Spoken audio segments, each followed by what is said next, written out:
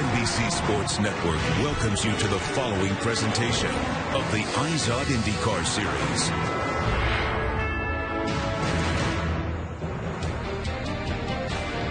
Welcome to Newton, Iowa, about 45 minutes east of Des Moines, and Iowa Speedway for race number 9 of the 2012 IZOD IndyCar Series season. Well, that's not what we like to see when we open up a broadcast. The trucks are out, the jet dryers are out. It has rained and rained hard here late this afternoon and early this evening. But the good news is it's not raining right now, and we don't think it's going to rain anymore. And we're still optimistic about starting on time, scheduled about an hour from now. Welcome to IndyCar Central, presented by Verizon on the NBC Sports Network. I'm Kevin Lee. Normally we would be in the IndyCar Fan Village tonight. And here's a look at what we've seen here in the last couple of hours. One of the early races was the Star Mazda race, by the way, won by Sage Karam, but they didn't finish the race because of threatening skies, lightning, and you see the sped up time lapse here of fans evacuating the stands, and then after some threatening skies, it opened up a heavy downpour. It stopped raining for a little bit, then started raining, but it did stop again about 30 minutes ago. No rain at the moment, and again, we're optimistic that we're going to see racing coming up in just about an hour here at Iowa Speedway as everyone continues to work to get this track dried out. Well, it's our 4th oval in the last 5 races, and the last 3 have been very entertaining. We will not see an oval, by the way, again until September 15th, a Saturday night race at Fontana. Townsend Bell joins us now. Townsend, we have seen good ones the last few weeks. Should we see more of the same tonight? Well, Kevin, it's been really great to see the small guys step up. We've had a Dale Coyne car win. We've had Ryan Hunter-Reay with Andretti win. The question tonight is who's going to be the next small team to step up, win one of these things. The other question is, and what I can't wait to see, is who's going to be the first to really sit up on and get up on the wheel and hustle around this Iowa track. They're going over 5 miles an hour faster than they've ever been around here before. If you like the driving in Texas, Milwaukee, we're talking about a challenge tonight at Iowa. It's going to be a heck of an event. And Milwaukee certainly was challenging a week ago. Thank you, Townsend. And we also were delayed a little bit because of weather. But what turned out to be a good race and a great weekend for Andretti Autosports. The rain is gone. The skies have cleared. The Milwaukee Indy Fest is underway. Dario Franchitti is out in front. Dario has led every single lap. Bad news for Scott Dixon as he had worked his way up to 3rd, and now he's got to serve a drive-through penalty. I don't understand what's going on with that, because when the green flag goes, you can pass on restarts. Well, he's serving the penalty, and this is going to hurt him a lot as he had looked to be a contender. From what I saw, I didn't see anything wrong with that. Ryan Hunter-Reay is out in front. Whoa, Briscoe. Dario Franchitti has put it into the wall. Michael Andretti put so much on the line to restore this historic race. Now his driver's going to go into victory lane. Ryan Hunter-Reay, his 6th career win and 2nd win in Milwaukee. Happy Father's Day to my dad at home. Wish you were here. Best dad on earth. Appreciate it. You put me here. This one's for you. Thanks, Kevin. Ryan Hunter-Reay, the last man to win an oval race, 41 points out of the lead, brother. This is kind of a pivotal race. It's the ninth race of the year. How you feeling? We're feeling great. I mean, we just came off a really great victory for the team. I mean, that was big for us. Not only just performance-wise, but also on the business side. And hopefully we can do that again here. I think there's some variables that are moving around tonight with the rain and everything, and we're trying to decide if we want this or we want that from the car. It's really tough. We got a feel for it last night though in the heat races, and I think tonight's race will be pretty interesting, especially when the tires start to fall off. So that's when we're looking to move forward, hopefully not be moving back. Some guys were happy that you had 30 laps instead of just 2 because they learned so much.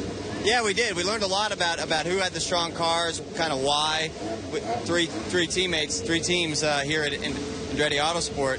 We learned quite a bit last night because everybody kind of tried something different, and what we tried wasn't the one. So we're going to go with more what James and Marco tried last night. So that's what really helps when you have a team like this that's working in the right direction and working together. Things are firing on all cylinders, and we certainly expect to win here tonight. Anything less than that is not getting a job done. So the pressure's on.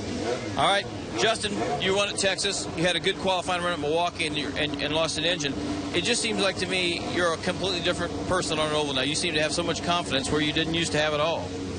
I don't know if it's confidence. It's just, you know, the team are giving me a great car, so I was just trying to make the most of it. And I feel good, the car feels good, and we're just attacking. And there was times last year where I would attack, but, you know, as the run went out, with the flat-out racing that we had last year, as opposed to this year where you're having to lift off the gas, we just struggled to keep up. Whereas this year, you know, you got to start lifting, and, you know, there's a chance to, you know, keep with the pack. And, you know, IndyCar's done a great job with this new car and the regulations and what you are and aren't allowed to do. So, you know, it's keeps everyone in a tight box, and there's nobody with huge advantage. So we're enjoying it. We like the fact that we can fight and we can be part of it. We want more. We want to be at the front every weekend. Dale Coyne had you and Bill Pappas a couple years ago and let you go. Do you think he's learned his lesson, that he's going to keep you guys together now? I hope so. Hopefully, you know, we're going to build this into a long-term deal and can be up there, like I said, challenging week in, week out. We've had some really good performances this year. We've had some difficult times like Barber. So I think we've learned from it, and we're trying to just constantly improve and keep building. You know, like Ryan said, you know, they got 3 teams working to try and improve. James and myself are working hard to make sure that our data is transferring over, and we can learn as much as we can. All right, Kevin, these guys are serious about winning this race, and I think even though Justin's starting a little further back than he'd like to be, he's got a good car. 13th on the grid tonight. Ryan Hunter-Reay is going to start 7th. As mentioned, he's up to 4th in points. There's a look at the championship standings. Look at Simon Pagenaud, the rookie, in 6th position. James Hinchcliffe has moved up to 2nd, and Scott Dixon has dropped to 3rd. And one of the reasons that Dixon has dropped in the points is because of what happened last weekend at Milwaukee. He started 21st, raced his way all the way up to 3rd, but at about mid-race was ordered to serve a drive-through penalty for jumping a restart. However, after the race, Dixon finished 11th. Bo Barfield, the race director, announced that Dixon should not have been penalized. Race control believed they were reviewing the restart on lap 103, but were instead looking at an aborted restart on the previous lap. Race control did not run the replay all the way through to see that the 102 start was waved off, not because of Dixon jumping. Dixon passed cars as they got off the throttle for the yellow. But that was not realized until after the race, which was way too late to help Dixon. A week later, let's see how he's feeling at this point. Scott Dixon is with Townsend Bell. Yeah, Kevin, standing here with Scott. So, man, after last week, you have that issue. The call comes out. Your race is pretty much over at that point. I know you were fired up, but when you walk into the chief steward and he basically says, look, we just flat screwed up, what else can you do at that point? Well, you know, I got to, you know, give credit to Bo for, you know, and the IndyCar Series for owning up to it. But, you know, yeah, I was going in there ready, guns blazing, and then somebody walks in and says, sorry, you know, I didn't really expect that. And I didn't know what to do, but, you know, it was obviously a string of things that kind of went wrong in race control, and, you know, we decided not to fight the call when it happened just so we didn't lose another lap. You know, we wanted to be as close as we could to the leader. That's why we dove in immediately. So, can't say I've ever seen it before, and it was unfortunate that it was called on us, but, yeah, definitely ruined the day. I know you're focused on tonight. In the heat race, you started at the back, finished at the back. Dario won his heat race. Are you feeling like you've got the same car, the same ability, vehicle-wise, setup-wise, to go take it to these guys tonight?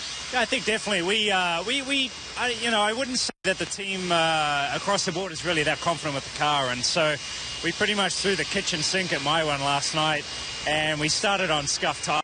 So, you know, we wanted to save the 5 sets for tonight, which I think is going to be important when it comes down to it. But, yeah, tonight's what pays points, so we'll be right up there, man. What's going to happen at lap 60 on the tires? Well, hopefully nothing like it did at Texas. Yeah. You know, we're going to be, you know, a little bit conservative, I think, on the balance to start out. You know, typically as it gets darker, we pick up a little more, you know, it gets a little more loose. So, you know, we're going to be working on the car and making sure that we stay with it. But, you know, I think both target cars are going to be, you know, pretty quick tonight. Starting 8 tonight, Kevin, and looking to turn around his luck. All right, thank you, Townsend. As you might expect, IndyCar has taken some steps to try to make sure that what happened in Milwaukee does not happen again. Bo Barfield explains.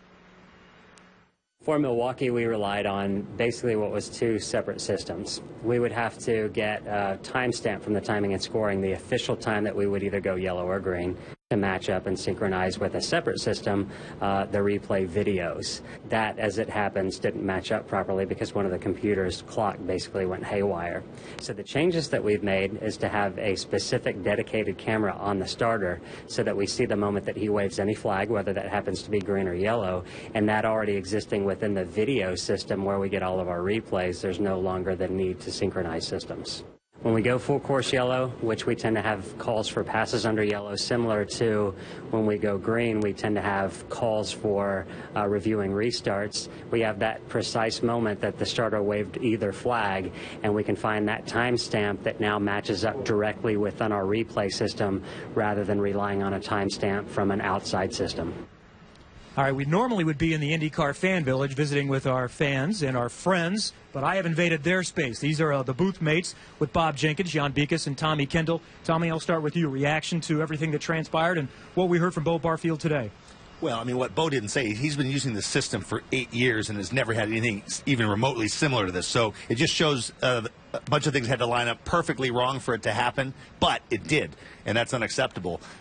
Dixon says, how can you flog a guy who's sitting there saying he's sorry, but the damage is done. It'd be like if I borrowed a guy's Bugatti and I wrecked the daylights out of it and said, I'm really just this tearful, heartfelt apology. At the end of the day, you've got a wrecked Bugatti. He has a missed opportunity, a bunch of points that he cannot get back, and so we don't know what that ultimate effect will be, but that's a pretty big stain. Jan, what'd you take from all this? Well, one thing I just took from the interview we just saw with Scott Dixon is they're always thinking ahead, even when they're receiving a penalty. He said, we didn't argue it. We came into the pits immediately so we wouldn't lose another lap. I mean, when you're being penalized and you're thinking it through and thinking forward in the championship, that is amazing to me. Yes, they cannot get the championship points back. They can't get those positions back. But Scott Dixon is third. He's higher up than he was at this point last year, and we know that he always finishes strong, and he can make up that difference, I think. All right, we'll look forward to hearing more from Jan and Tommy. Tommy filling again for Wally Dallenbach Jr., who is on assignment in Sonoma this weekend. Look for Tommy's insight and his humor and wit throughout the race here tonight, which we think is going to get started on way. We're dealing with some rain, but we think we're going to see about a 10 o'clock Eastern, 9 o'clock local time start here tonight. There's a look at new livery for Oriole Serbia. That's Sandvik Koreman, a tool supplier in the metalworking industry, on the side of the car. He continues to move up throughout races, started 20th, finished 4th at Milwaukee, so that's now 89 positions, improved from the start of races, and he has another chance to do it tonight, starting 18th. Stay with us, more coming up from Iowa Speedway. IndyCar Central on NBC Sports Network is presented by Verizon, official wireless partner of the IZOD IndyCar Series.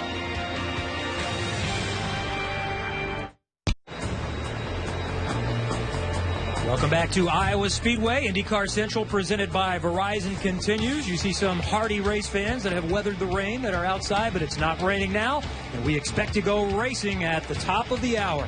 Call Star Indy for live in-car cameras, driver pit crew chatter, and more. Download IndyCar Mobile, only from Verizon. Well, IndyCar tried something different last night. 3 heat races to determine the starting lineup. The second practice session determined the groups. The 9th through 25th fastest cars were split into the first 2 heats, with the evens going in the first and the odds in the second to determine starting spots 9 through 25. Then the top 8 from practice raced in the third heat to determine the first 4 rows. Jan Beekes and Tommy Kendall are with us. Jan, take us through the highlights. Well, the highlights started right away with a big wiggle from J.R. Hildebrand. You ride on board. Woo, the green comes out. He throws it sideways, but no problems whatsoever for Graham Rahal. He sails to win heat number 1. Grid's 10th, but with a 10-grid penalty will start 20th. Rubens Barrichello on the high side there got passed low by Tagliani.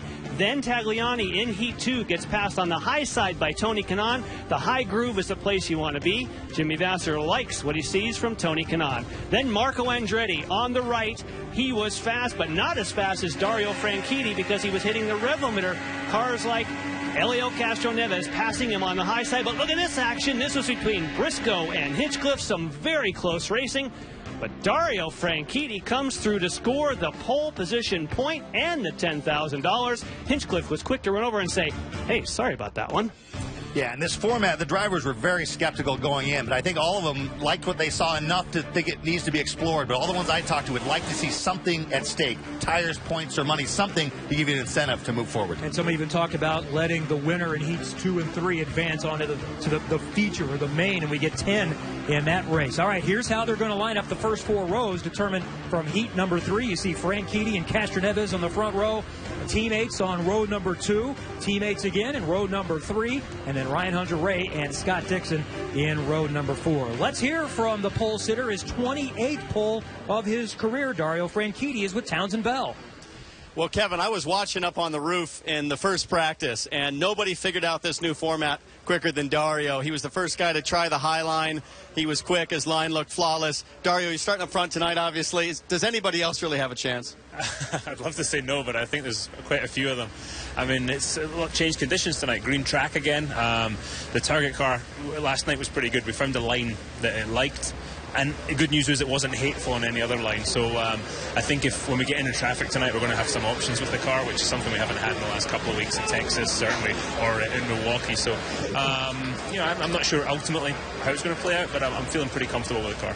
I watched it at Texas, big struggle there on handling almost from the drop of the green flag. Yesterday's heat race was 30 laps. We're thinking 60, 70 laps in on a stint with tires. Where do you think your balance is going to go, or where do you think that's going to head for most of the field on tires?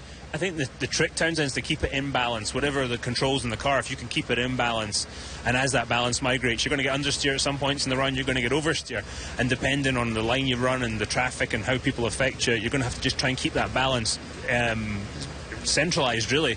And if we can do that all night, I think we'll be in good shape. As it cools down as well, I expect the balance to shift too. Well, I'm sure he's left no stone unturned. He's even got the mini wellies going here for the wet turf. So this guy's attention to detail is spot on. Robin, what's going on with you? Well, he's got nothing on Castroneves. Look at these driving shoes, son. I got news for you. He's not going to use the left foot. The right foot is going to be gas city.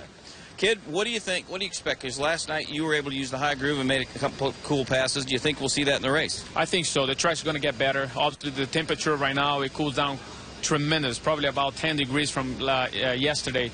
So it will be able to be a fast race, and hopefully both lanes, not only the high groove, but also the inside lane as well. All right, you won the first race of the year at St. Pete.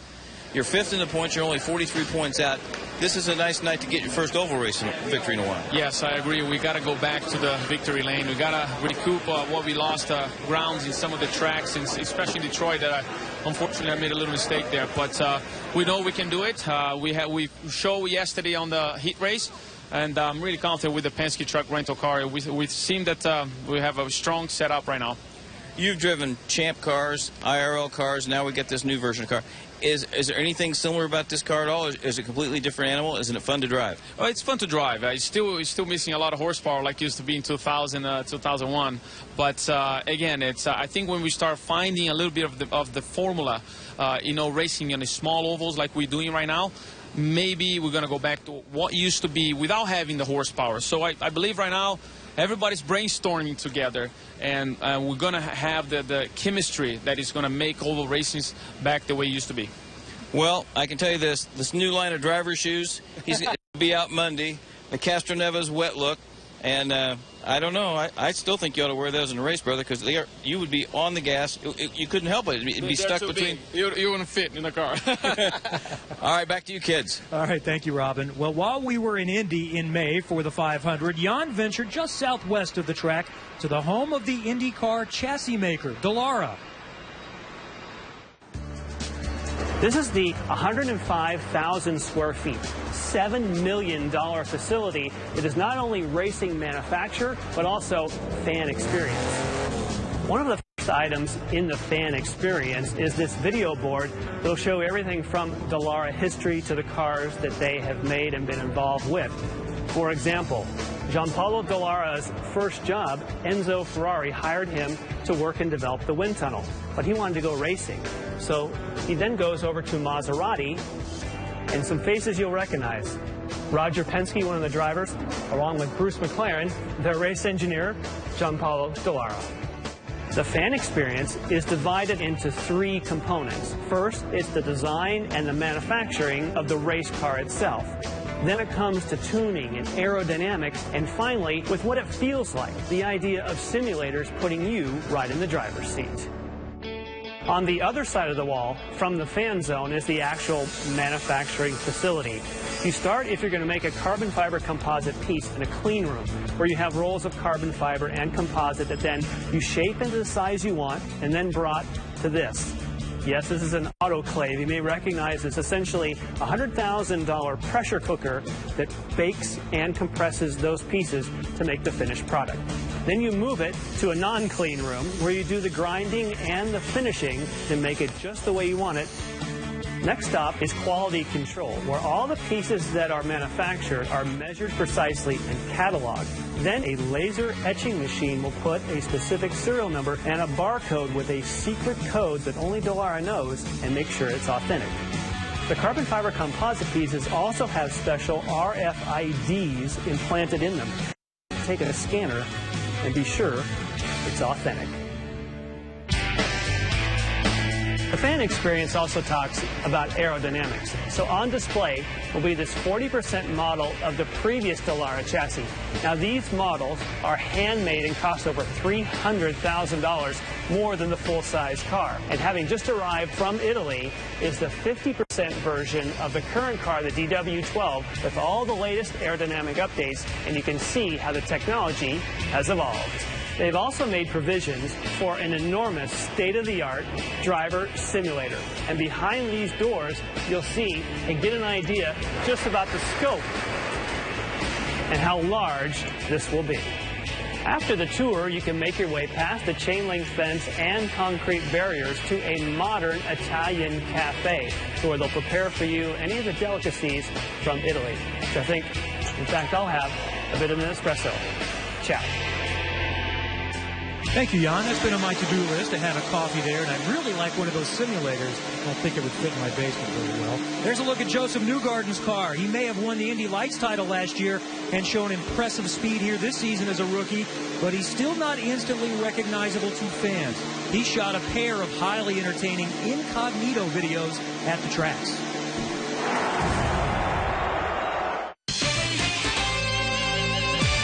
What about this kid, Joseph Newgarden? He's like a superstar out there. He qualified on the front row today. He's going to go up against Dario Franchitti. What's up with this kid? Anyone heard of him? I've never heard of him, but good luck. What about Dario Franchitti? Oh, amazing. No one's ever heard of him. Who is this guy? Do you know of him at all? I don't know. Never heard of him. I know Dario. Dario's great, right? Yeah. Have you seen Marco Andretti? Marco Andretti, I think he's over there. We'll learn more about Joseph and his team owner, Sarah Fisher, and their relationship coming up in just a little bit. Well, we see some sunshine as it gets set to set here in Iowa. We have been dealing with rain this afternoon, but we still have a chance to be close to on schedule. There's Bo Barfield checking out the drying conditions, hoping to go green shortly after 10 Eastern here at Iowa.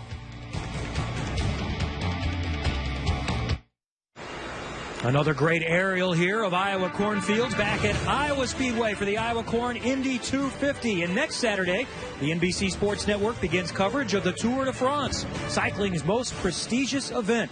Don't miss the opening prologue from Belgium. The Tour de France begins next Saturday at 8 Eastern on the NBC Sports Network. Well, we continue the drying process, and we see some gray there in the groove. Still a little bit dark and damp up on the high line. They'll need to work on pit lane at some point, but we're still hoping to go green here coming up in a little more than a half hour as we get set for our scheduled start time of 10 Eastern. Maybe a few minutes late, but we are optimistic that we won't be too far behind. Well, it's the 6th visit for IndyCar to Iowa, and last year's race was highly entertaining and featured a battle between former teammates.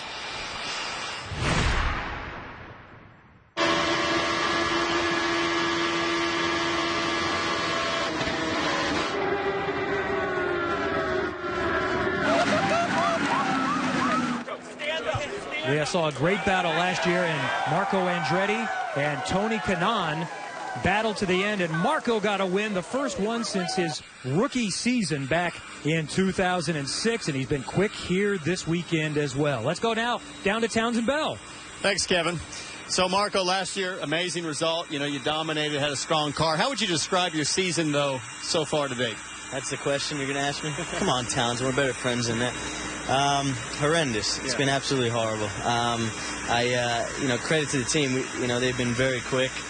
We've had some good cars, just a lot of different things go wrong. I'm finally pleased with my street course progress. I think I have a car that's going to be good in Toronto, which I never really looked forward to the street circuits until now. So, but we're here and we're looking to do the same thing we did last year, and that's uplift some of this pressure that we've had, with a winless streak again. You had a gearing issue in the heat race, right? You're hitting the hard limiter. You're pretty frustrated about that. Barring the gear change, assuming you got that right, do you have the car to do what you did last year again? I think tonight, obviously there's a couple different aspects that people have to play, and we've never practiced at night, and so we might gain a little front grip. So we're prepared for that. I think if we made the right changes, then yeah, we're going to be tough to beat. But it's like anybody out there right now. I was trying to pull a little personal info out of you earlier, saying, hey, give me something to talk about outside of racing. You're saying, all I think about is the race car. I said, well, what's it like living in your dad's house? Because you bought your dad's old house, right? He said, well, I used to leave the lights on all the time as a kid. He said, I don't do that anymore because I realized how much money that costs. So anyways, looking for a big night tonight. We're looking for big things from this guy. He's been quick here so far this weekend, and while Marco Andretti is looking for win number 3, rookie Joseph Newgarden is looking for number 1. His team owner, Sarah Fisher, got her first last year as an owner with Ed Carpenter. Carpenter left to form his own team after the season, and Fisher chose the 21-year-old from Nashville, Tennessee. The team and driver have meshed nicely, and the driver and former driver that's now the boss have also developed a solid relationship. So we're at the lake house. Today is our day off. And the guys are almost here, getting ready to go out on the water. But Joseph is still sleeping and it's almost noon. Let's go have some fun. What about 5 more minutes? Is that good?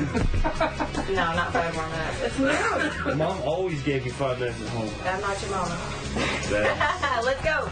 Yeah, you're spoiled. I am. Spoiled. I get the good race car. I get the good spotting. Really, when you have a good car, I wish I could be in a good car sometimes. So, maybe today at the lake we can, go out there and compete on the water. If you're really up to the challenge of going head-to-head on jet skis, then I accept, Sarah. Let's go do it. Whenever you want to roll. Come on. I got you, jet ski. Yeah, that's right. Woo! Check out my Honda hot rod right here. And you got me pretty good a couple times. No. I think on a jet ski, Sarah might have the edge. That's what's important. And now that we did the jet ski thing, Andy's really good at the wakeboarding, so I think he's going to go share that with you. You think so? I think it's time for some team bonding. I don't know how good I am at wakeboarding, though. Well, it's just a board. It is just a board, but it takes, rope. finesse and skill. It's pretty difficult. But you have that. You don't, maybe. I'm a chicken on the wakeboard. So you go out in jet skis, but you're not going to get on the wakeboard. I got to have a motor. Good fun. Bring it, boss. Let's go. I think to come here to the lake and to bond with these guys and to have good, goofy, fun times is something that I never had as a driver. So to be able to bond with these guys and be spontaneous and spray each other with water, run jet skis and, grill out, I think that's something that's definitely going to pay off on. My first time water skiing. We'll see how it goes. Probably not going to be very good. You got up on the second try. I was pretty impressed. Thank you, Andy. You're being far too kind, because I was horrible at that. You did good. I'm just glad I know how to drive the race car. All right, I know how to do it now. All right, thank God it's not hydroplanes, it's race cars you drive, son. He was just checking himself out. A 4 for style on that getting up on the skis. That was horrible. It's a good thing I don't do that for a living. I drive a race car for a living. So I'm pretty sure I kept saying that all day, too. I drive the race car, I hope you guys know. This is not my normal job. So yeah, we had a lot of fun, though. I'm really glad that they let us do that activity to kind of show people what our team's like, and we had a lot of fun. Speaking of what your team's like, it's kind of a throwback, kid. Everybody's kind of a family. You guys hang out together, and you don't see that a lot anymore. And it's kind of neat. They just kind of said, we're going to take a chance on this kid, this American kid, and we're going to see what happens. It's a very different group. I mean, I don't know what I've done to find the right people in this industry that have just given me a chance, and it's no different with this team. This entire group, like you said, it's a family atmosphere. It's very different than anyone out there, I think, and Yeah, that's also the kind of the shame about this whole year for us. You know, we've done, I think, a great job. I think everyone on this team has done an amazing job of building fast, reliable race cars, and we just haven't had the results to back that up. But, you know, once we get that going, I think there's going to be a lot of pleased people because there's, you know, everyone knows the people that work in this group, and they're always pulling from them. So, you know, I kind of feel bad as well that we just haven't been able to climb that mountain yet. But it just seems like first practice session, you guys were second quick, and you guys are quick. Every oval you've been quick. You were in the Fast Six in Long Beach. There's been a lot of good things that happened, and it just having the results is not always your fault. It's, you know, I think circumstances just have not gone our way, you know, and you don't want to kind of harp on that it's like, oh, we haven't had the breaks and making excuses, but we really haven't. We just have not had things fall in our way, you know, most events. And it can be very little things, too, that people don't even see, and, you know, they don't really see what happens, but it's something that just is hindering us from going to the front or really showing our true potential. So we've had quick cars. There's no doubt about it. I don't think anyone doubts the potential of this team and really the level of this team. They deserve to be here, and they deserve to be at the sharp end, I think. You know, they've built really quick cars. We got to try and finish races. That's all it is. We got to try and get some luck on our side and get everything going our way. And I really think once we get that momentum, that won't stop. I think once we get that final result and, you know, we kind of get a little bit of momentum going, we can carry that on all the way through the end of the year. Okay, what we really want to know is, since you started your interview process and asked people who Joseph, have more people grabbed you lately and said, hey, that's Joseph Newgarden? I think it's helped. I think it's helped a lot. You know, a lot of people didn't know who I was at the beginning of the season, and they were always asking me, where's Sarah Fisher? You ever seen Sarah Fisher? Where's she at, man? And it was actually making it really easy on me. I didn't have to do anything. I was just like, hey, you guys need to go get Sarah. She's got people to see, and made it really easy on me. So, but now it's like, oh, hey, Joseph, you drive for Sarah. You actually drive the car. It's like, yeah, I do. It's kind of cool. You're not the bus driver. You're the race driver. Oh, yeah. So do you wrench on the car? What do you do here? You know, people don't know, but it's fun. It's been a lot. You know, IndyCar fans are some of the best. They really enjoy the sport. You know, I think they just needed to get to know me. No one knew who the heck I was, and I think they're starting to kind of catch on. And certainly, if we get some results, that's not going to hurt either. Then people are really going to start to catch on. All right, keep your eye on Newgarden, Townsend. That EJ Viso guy says he's going to drive a sprint car. I want to know all about that. Yeah, I'm going to give my best impression here, Robin, of how this conversation went down with you two. It went something like this. Boy, in 1947, there was a boy named Jose Maldonado from Venezuela that got in a sprint car. Something like that. What's the deal here, EJ? Are you going to get in a sprint car for real? I think so. I'm excited. I've been always a fan, and I want to race in the dirt a little bit. I think ahead of time there are going to be some free weekends, so I might give it a try. Robin is really pushing for it, so he's my first and number one fan. Has anybody explained the power to weight ratio in a sprint car? Yeah, that's what it sounds very exciting about it, about doing wheelies and all of that. I'm looking forward. All right, let's talk about tonight. You're starting second to last with the engine change. I've been absolutely stoked for you and impressed the way your season's gone so far. It seems like Jimmy and his tutelage, his guidance, has kind of calmed down the fire within a bit. You're starting to drive like a real seasoned veteran out there. Are you feeling like that in the car, or am I just making things up? No, I think that's not the only factor. Definitely, I give a lot of credit to Jimmy. You know, he's a driver. He was a driver, and he knows what I'm going through in every stage of the race. But at the same time, I need to give a lot of credit to my crew, to my engineering team. Things are really flowing. Things are really clicking. And this is a teamwork, you know, as long as I have a reliable car. And we also finish in the races, except one, we have an issue that it was not team's fault. It was electronic. Yeah, we've been very strong every single race. Do you have a car that can get to the front? I think so. I'm very excited. I started here in 2010, 23rd, and I finished third, so I'm excited about today. All right, well, good luck tonight, Kevin. All right, thank you, Townsend. The drying process continues. Fans starting to make their way towards their seats, and we're hoping to go green here a little bit after 10 o'clock Eastern. There's Charlie Kimball. Hope to see him in a fire suit sometime in the very near future, getting set to strap in that car a little later on tonight. Crew still preparing back in the garage area. Everybody checking their watches. How soon? When can we get strapped in? Well, more with Robin Miller coming up in just a moment. Hey, we found some new reporters. Oh, it's Robin with some of his friends. There's a great example for the youth of America, Robin Miller.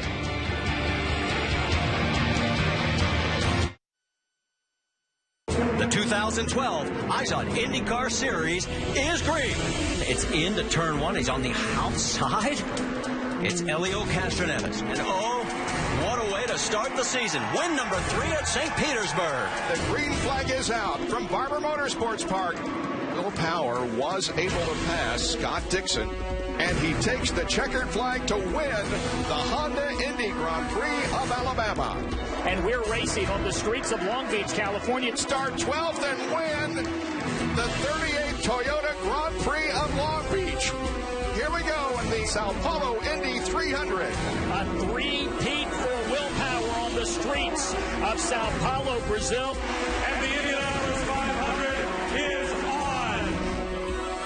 Side by side, Solo spins, he hit the wall. Dario Franchitti becomes a 3-time winner. Green flag is not out yet. Now it is.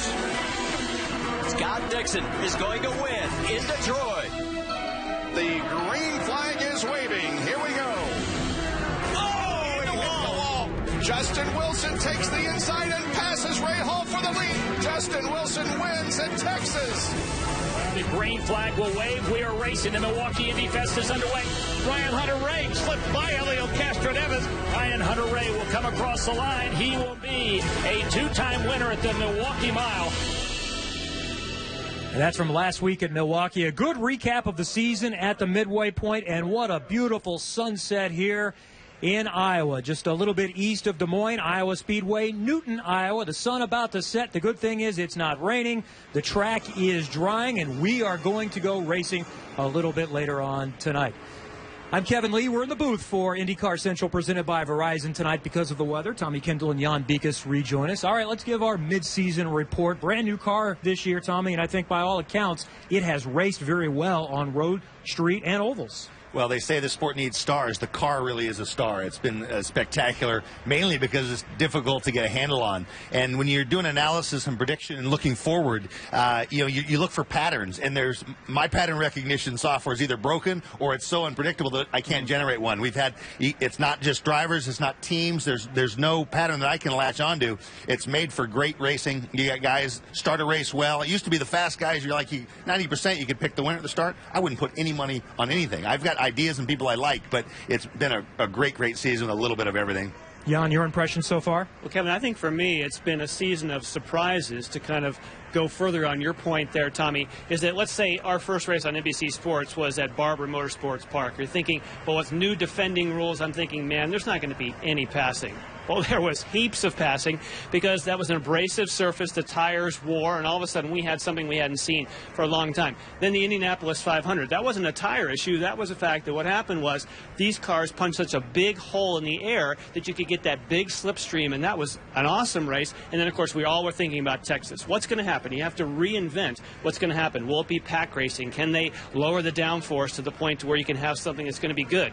Well, it was a barn burner. I mean, they have light downforce. The cars are working through the corners. You heard Justin Wilson say a few minutes ago, it just put the driver back into it. I had to lift, I had to gather it up, and we should see a whole lot of that tonight. And can't wait to see how the championship develops here in the second half of the season. Will Power leading James Hinchcliffe. Don't count out Dario Franchitti and 769 back. He still might have a chance to work his way back up in the mix before we're done. All right, let's head downstairs now. Not really a traditional grid run because of the circumstances, but we've still got plenty of people to talk with, and we'll start with Robin Miller.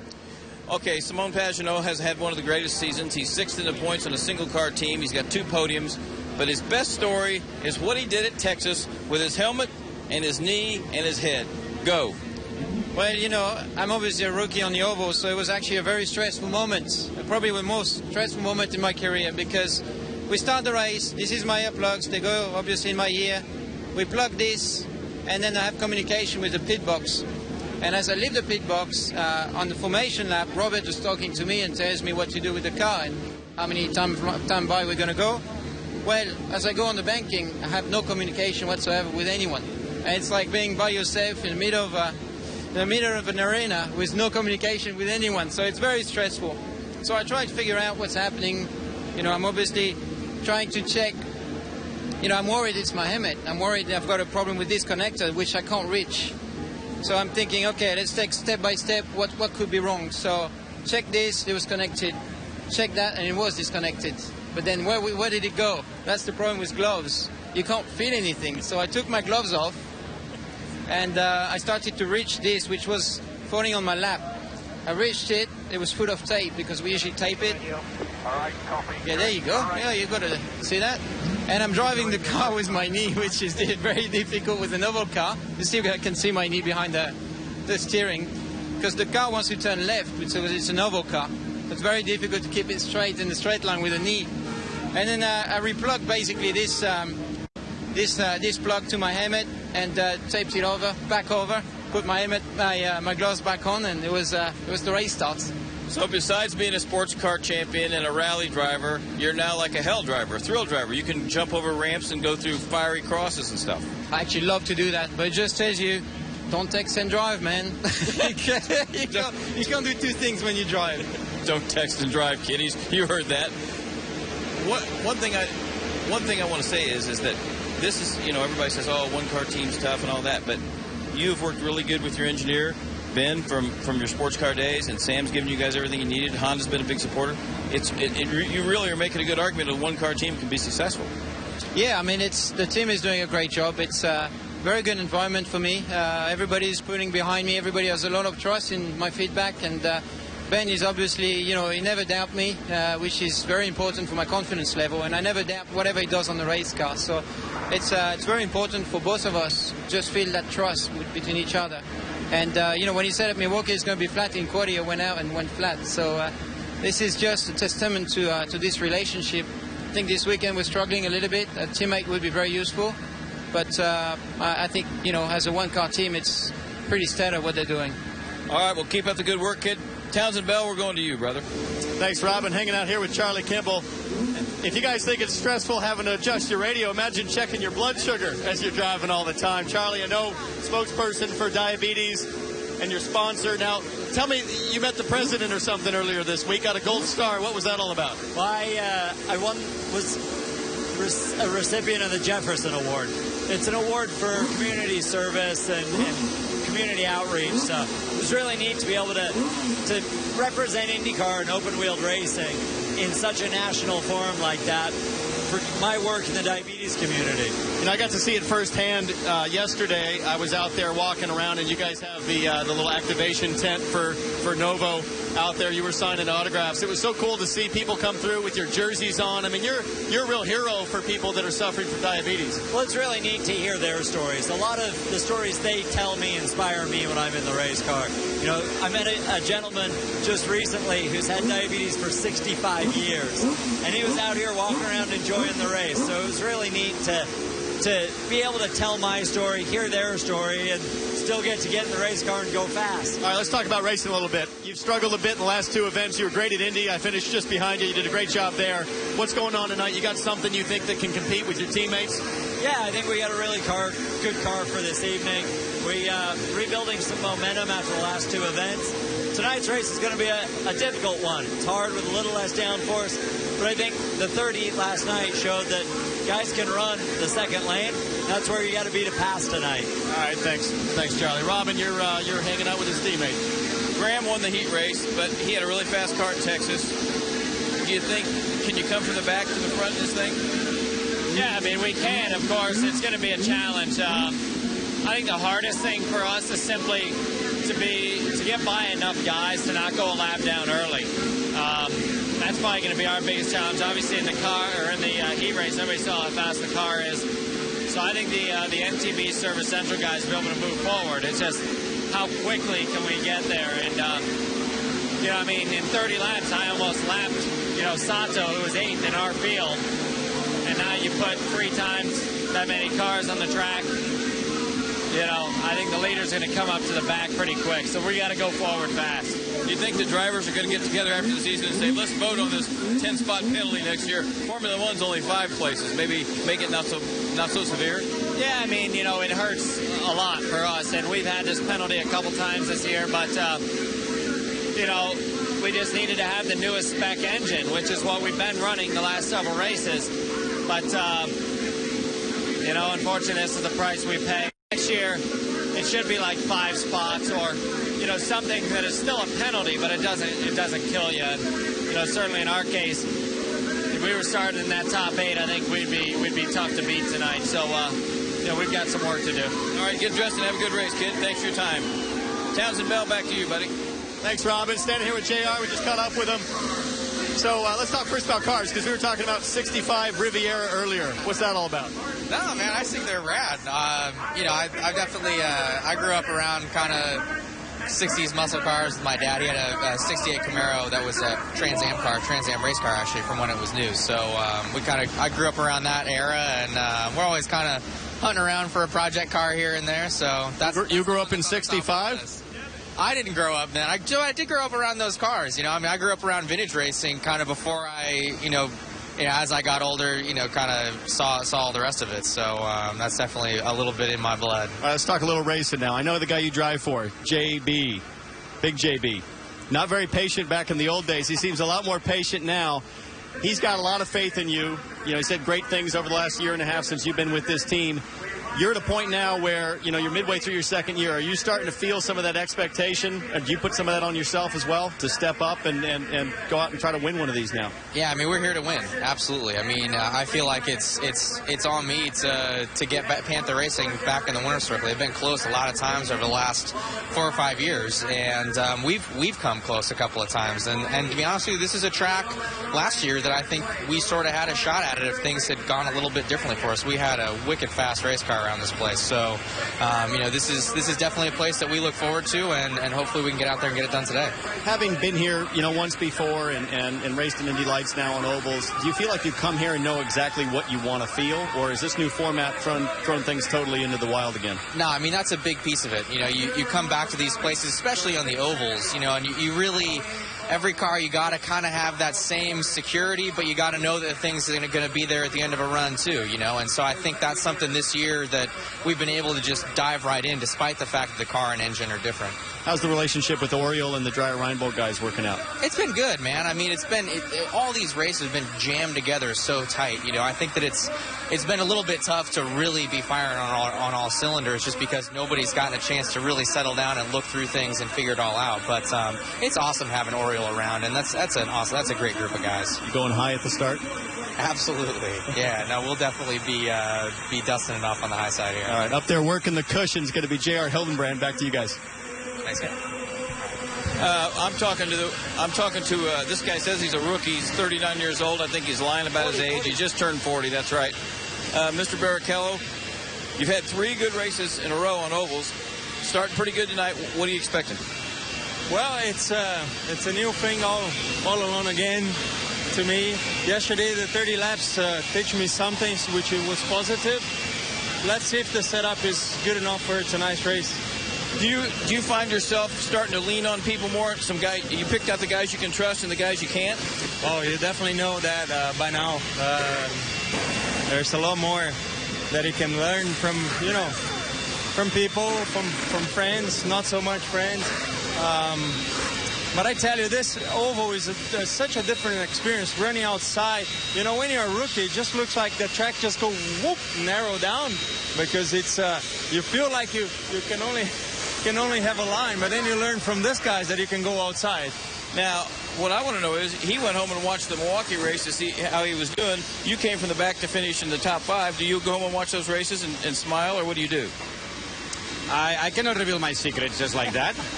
I mean, this guy has way too much experience and knowledge.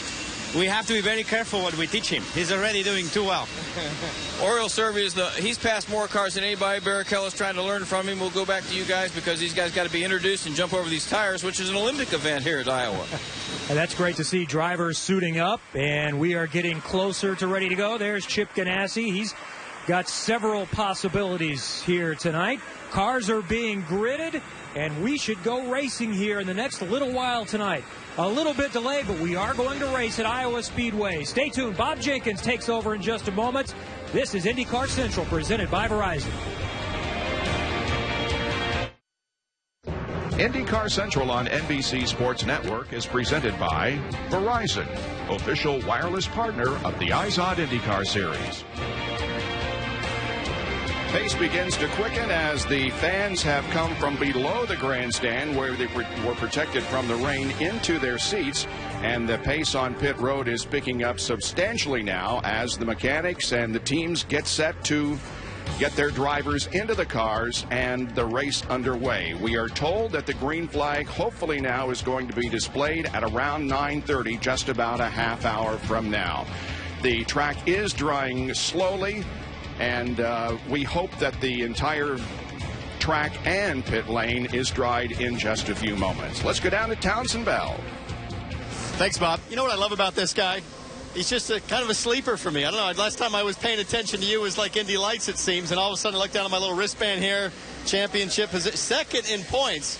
How you pull that off? You know, under the radar, man. That's the way we've been doing it. It's just been consistent. We've been thereabouts. You know, we've been sort of top 6 qualifying races, and we've just had a lot of good finishes. You know, it's big credit to the team. The car's been strong. Guys been good in the pits. So I think we talked about this a little bit earlier. There's a hardcore fan website. You know, they're doing a poll on hottest arm candy in the paddock, and you're right up there in the running.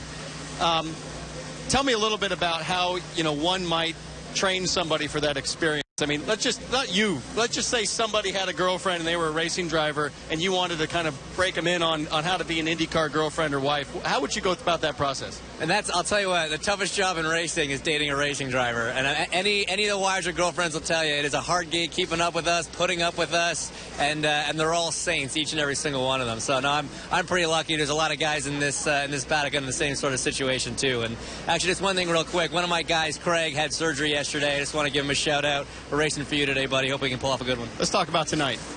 You're going to be starting pretty well. You got a good car.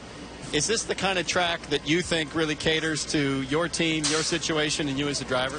What's been so cool about this year, man, is we've been so consistent everywhere. You know, we've been quick on road courses, street courses, short ovals, super speedways. So almost any track's a good shot for us to maybe get that first win or get back on the podium. So you've been all about like championship management so far, right? Like getting the finishes you get, nice consistent runs. Do you think like I just want to win one and kind of just throw caution to the wind and go for it, or are you still in management mode? Well, I mean, we haven't been conservative by any stretch. You know what? We're out there. We're trying to win races. We really are. But at the same time, I mean, I need experience. I know this is only my second year. It's my first full season because last year we didn't even do a full year. And so I'm trying to get out there, race against the Darios and the Wills and the Scotts, get some experience running up front with these guys, see sort of how the flow of the race goes from the front, and then, take that opportunity when it presents itself. You got awfully close last night with Ryan Briscoe out there. Talk us through that a little bit. I mean, it's hard for people at home to appreciate exactly how the car's moving around. What happened from your perspective when you got all choked up with him? All right,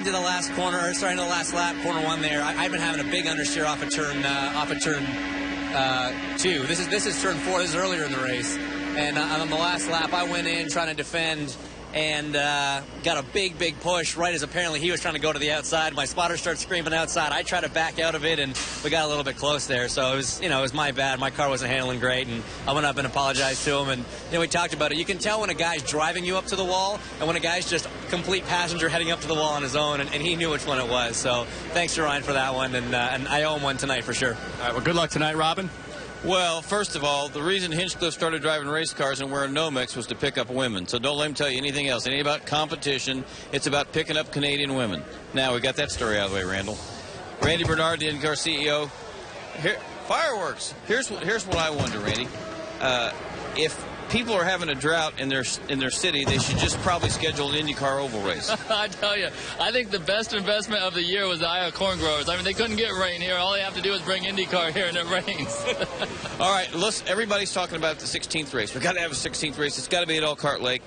You haven't made a decision yet. Does that look like the one, maybe the only candidate to do it, and what are the plan right now? No, there's been other candidates too. I know MIS is really interested, but I think that what we're doing right now is we're going back and talking to all our partners, especially our sponsors, and saying, hey, what is important to you? Is a 16th race real important? And all of them have come back with the one fact of, hey, if it's not a race that's going to be there for the future, let's not do it. Let's hold off and do something next year. And I think it makes good sense. So what we're doing is talking to team owners, our television partners, and just really trying to evaluate what the best thing going forward is. You think it'd be better just to stay with 15 and not rush it and throw one together as opposed to just making sure you had 16 races? Yeah, like I told you that a little while ago. I think that if we rush a race and we have it and it's unsuccessful, it's a black eye, and we don't have much time, so it might be in our best interest to definitely wait and do it next year. And I'm not ruling it out yet, but I think what's real important is that we really try to focus on what's in the best interest of IndyCar and the IZOD IndyCar Series. All right, thanks, Randall. Townsend, to you and Willie Boy Power.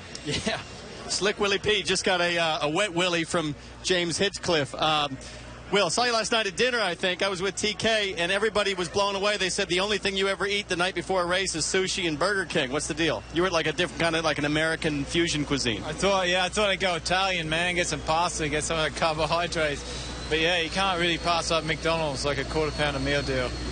You're leading the points. You've had a pretty solid season so far. A couple of little hiccups here the last few weeks, but overall it's been going, pretty well. Are you at the point now in the season where you start managing your championship runs? Or are you just thinking about one race at a time? No, I still think it's one race at a time. You start looking backwards, man, it's all bad.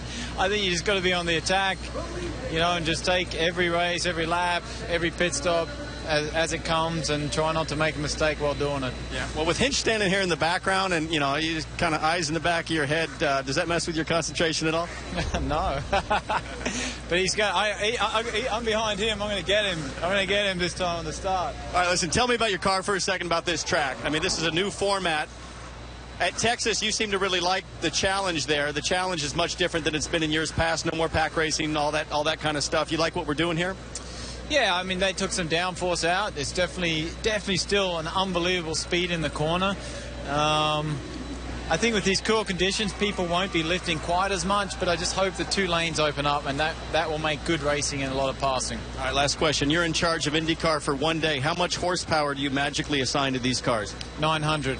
Good man. All right, fellas. He wants the power. It's willpower. Driver intros are underway down on the stage on pit lane. Tony Kanaan just been introduced to the crowd. He'll go now to his car and get the helmet on and get ready to race here. 250 laps of competition coming up.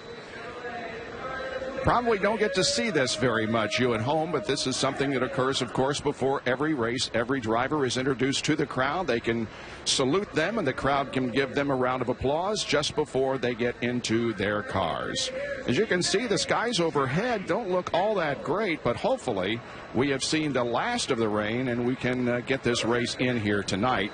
It's 250 laps. It's not going to take long to run, so we only need about an hour and a half or a little bit more to get this race completely in. Justin Wilson has just been introduced to the crowd. There, of course, is Charlie Kimball coming down off of the platform, congratulating and shaking hands with many of the officials of the Iowa corn growers who have continued to sponsor this race here at Iowa for many years.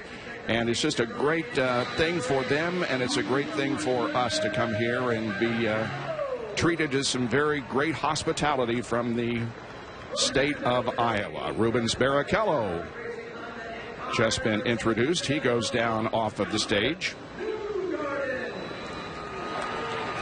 Barrichello is 16th in the point standings going into this race.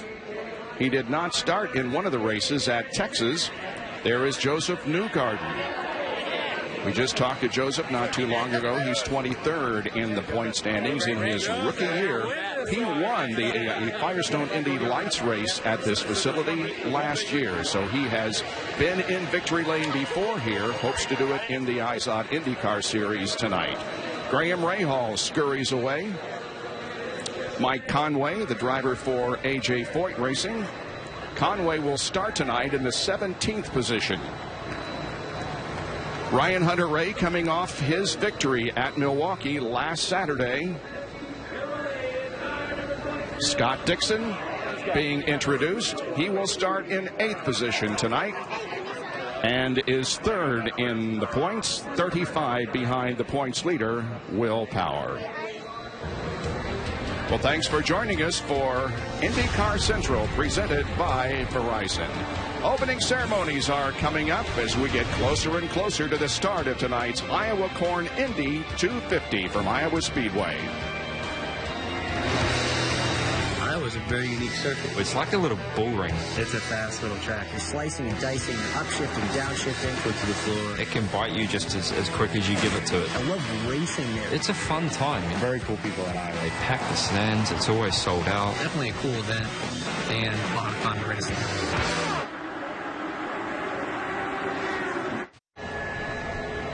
Welcome back to Iowa Speedway. Drivers have been introduced, and we're getting very close now to the command to start engines. Well, coming on July 27th, the London Olympics are on NBC and the NBC Sports Network. Your home for the most compelling U.S. teams all day, every day. The London Olympic Games coming July 27th to NBC and the NBC Sports Network. As we wait the opening ceremonies, we go down to Townsend Bell. Thanks, Bob. Standing here with John Barnes, CEO of Panther Racing. I thought it was only fair, JB. Earlier I was beating up on your driver, JR, a little bit, saying, look, I drove for JB. He wasn't very patient back then, but he seems a lot more patient now. How much time are you going to give this kid to win? I think he's doing an incredible job. You know, I was just talking to somebody about that. You know, what he does, he measures everything. You know, it reminds me so much of Mark Donohue when I used to watch him run, you know, and when he first started in our industry. And Jared, you know, he takes you know, I think a very analytical approach to these things. And I think that's the way you sustain in this business nowadays. You know, it's so much different than it was 15 years ago. And so it's all about balls and bravery. Now you got to think ahead of the car. And you know, I mean, you're a great driver in this series. And to win in this series, you got to be prepared to prepare. And I think he really does a good job at that.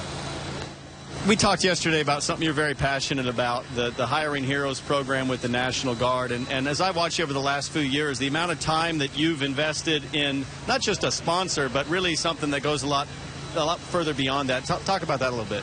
Well, you know, I've been racing IndyCars for 44 years, and until we partnered with him in 2008, it was all about winning and all about racing. And nowadays, you know, that's part of why we're here. But most importantly, is trying to figure out ways that we can use our platform and our footprint to support them and their families. And the Hiring Heroes program does that. You know, it's one that and joining forces as well. Just incredible programs that do so much for our soldiers and their families. And, you know, we as Americans, we've been living off their back for a long time. It's time that we turn that around. How do you feel about your National Guard car's chances tonight? I think we'll see. You know me, I don't like to give any hopes, but I think, you know, car's good, he's good. Team's done great all year long. We've had a lot of issues, just small things that have taken us out of places that we had great chances for finishes, but, you know, it's a good night. That's Panther Racing. Thanks, JB. Good luck tonight. Robin? Rusty Wallace, I don't know, crystal ball, whatever it was, you picked this place out to build a racetrack. And the first year was kind of a parade, and the last 4 or 5 have been some of the best racing we've ever seen on the IndyCar circuit. How did it happen, and are you proud of what you did? I'm really proud of the thing. I appreciate you saying it, some kind words, but I got a phone call out of Clear Blue one time. They wanted me to design the track, and I said, hey, man, it's not like golf. You just don't pop out and do this. And they said, we're going to build a short track, right? And the guy said, yeah. I said, well, who won the most short track races in NASCAR? And they said, that's Rusty Wallace. And the guy says, hire him. So that's how it happened. Found a great location right here, right on Interstate 80. The airport's right behind us. And whether you know it or not, the hillside behind us was already there. And it was so easy to put the grandstands in and give everybody kind of an elevated looking amphitheater feel to look down on everything. And the fans here in Iowa has just been here selling this place out all the time. They've been fantastic to us. You, Rusty, when you finally got the track drawn up and then they laid all the pavement and everything, did you take some laps yourself in a stock car? Or? Well, what happened, Robin, actually, the track was designed to be a 12 and a 14-degree banking angle.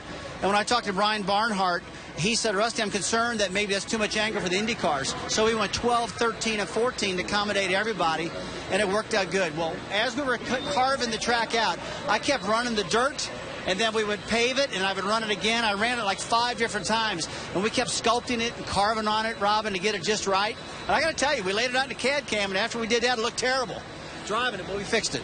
The other thing is and I'm not speaking for anybody, but people said, oh, we're in the middle of nowhere in Iowa. But every time we come here, we see lots of IndyCar T-shirts, and the fans, they stop Randy Bernard, they stop mechanics, they know who everybody is. The passion here, I'm sure it's like that for the NASCAR race too, but this is one of the best IndyCar crowds. Well, it is, and I appreciate you saying that. And we love you guys being here. The folks here in Iowa love IndyCar. IndyCar was our big inaugural race, and they put on such a great race. But we felt bad the very first race because we had rain, we had mud, we had all this mess.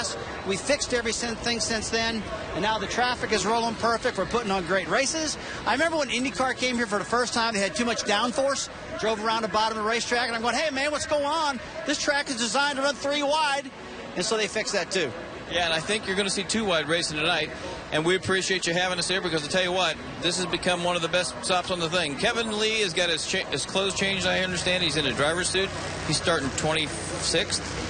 9 minutes tonight, Robin. I'm going to try to improve on that next week. We got Tony Kanaan here who won one of the heat races, but the penalty for the early engine change means he's starting near the back. You've had great success here. Won a couple of years ago, second last year. What kind of chance do you have to race through tonight? If the weather holds up, I think we have a pretty good chance. We did a great job working with the setup of the car. We had a great heat race, like you said, but it's going to be a long night. A lot of cars to pass, and it's not going to be as easy as it was that fast, but I'm looking forward for our first win. I think we have a chance. What did you learn from that heat race that might transfer and apply tonight? We're going to have to save your tires. We're going to have to save the tires a lot because of, the track's green, the tires been holding up, but if you want to have a consistent car through the run, you're going to have to watch it after 30 laps. What are you going to do? All right, a night race, you have to wait all day anyway. Now you have to wait a little bit longer. How antsy does everybody get? When I've been doing this for too long, Kevin, I don't think I'm that antsy. I think whenever the green flag drops, we'll go. And, I feel bad for the fans, but it's amazing how many people are here today. I love it. I just love it to be here. I love this racetrack. And thank for you guys in the booth. You guys kept me entertained during the rain delay for sure. I was watching the heat races and all the features on New Garden and the stuff. So we'll see. We appreciate that. You may have seen your team in EJ Viso talking about racing a sprint car on dirt. You can give him some pointers there, right? Definitely. I mean, that's, Robin is the biggest advocate for that. So he's actually requiring every single IndyCar driver to do it once. And I think it's great. I have a blast every year when I go to Eldora. So I might come join EJ and Robin when he's going to go run. Sliding is acceptable on dirt. Sliding here tonight, no good. No, not at all. But, you can put with a little bit of sliding, I think. And if you can put up with it, the stuff that I learned in Eldora, we definitely will have an advantage. Have a good one. Thank you. Tony Kanaan will roll off 19th, Bob. And he is 8th in points as we come into this race here at Iowa Speedway. We are still awaiting the command to start engines and a few more wet spots to be dealt with, especially down on pit lane. And that, of course, has to be completely dry, as does the racing surface itself. So the crowd is here, as you can see in the grandstand. They have weathered the storm, hopefully, and there will be no more. They are set for some racing, and so are we. We appreciate you hanging with us because we are as anxious as anybody to get this race underway here this evening.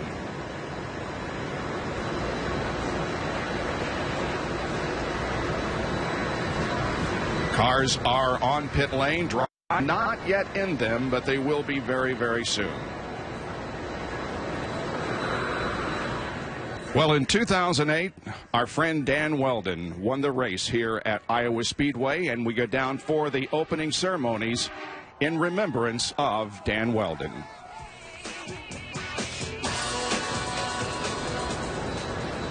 Would everyone please bow your heads as we remember a larger-than-life man, a loving father and devoted husband, a dear friend, a man who truly loved the fans here at Iowa Speedway, and the champion of the 2008 Iowa Corn Indy 250, Dan Weldon.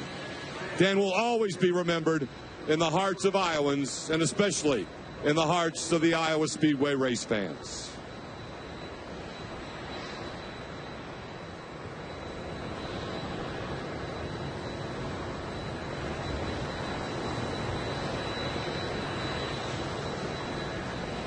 And now, race fans, if you all please rise for the invocation offered tonight by Mr. Mike Householder.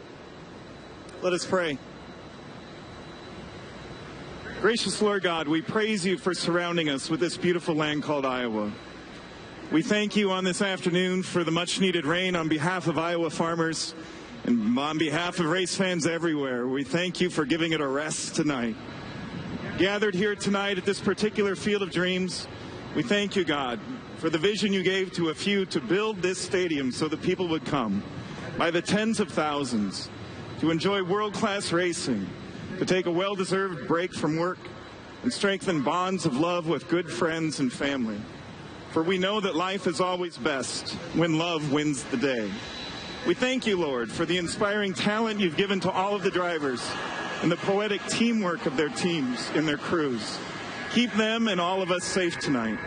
No matter who crosses the finish line first, remind us, God, that you have won the ultimate and final victory through the death and resurrection of your Son, offering your amazing grace and eternal love for us and for all, through the one who is, who was, and always will be, the Savior of the world. And so we pray as we live in Jesus' name, with grateful hearts wide open to you. Amen.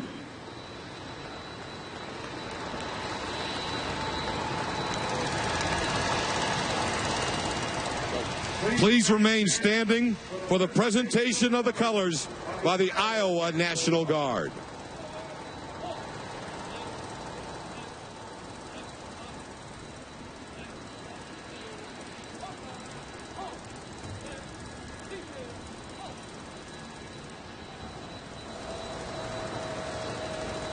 Now, ladies and gentlemen, please remain standing. Gentlemen, please remove your caps. Is here to sing our national anthem from Iowa Corn, Mindy Larson-Poldberg. Oh, say, can you see by the dawn's early light what so proudly we hailed at the twilight's last gleaming, whose broad stripes and bright stars through the perilous fight, oh, the ramparts we watched were so gallantly streaming, and the rocket's red glare, the bombs bursting in air, gave proof through the night that our flag was still there. Oh, say does that star-spangled banner yet wave o'er the land of the free and the home of the brave?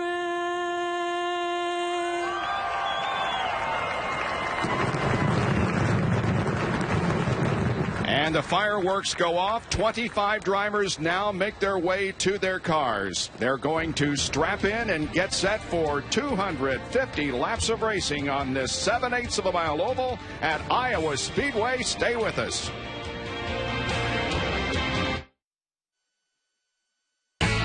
The start of summer signals the halfway point for the IZOD IndyCar Series. A time when the drivers find themselves at the end of their longest oval stretch.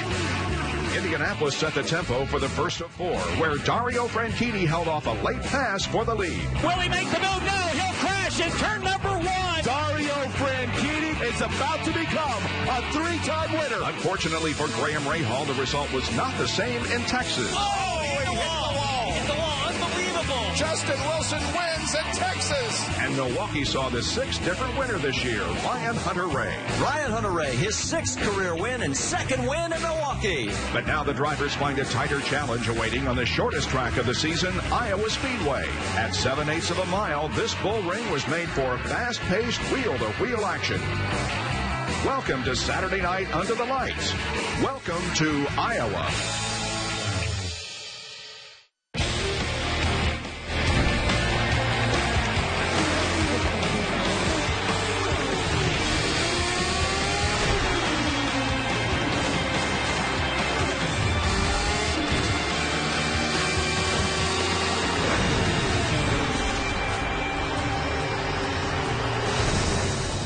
If you would have asked me 2 hours ago if we were going to race here tonight, I would have said no, because it rained and it rained hard. But the track is dry and we are ready to go here in the Iowa Corn Indy 250. Drivers getting suited up and in their cars. Dario has not yet put on the helmet.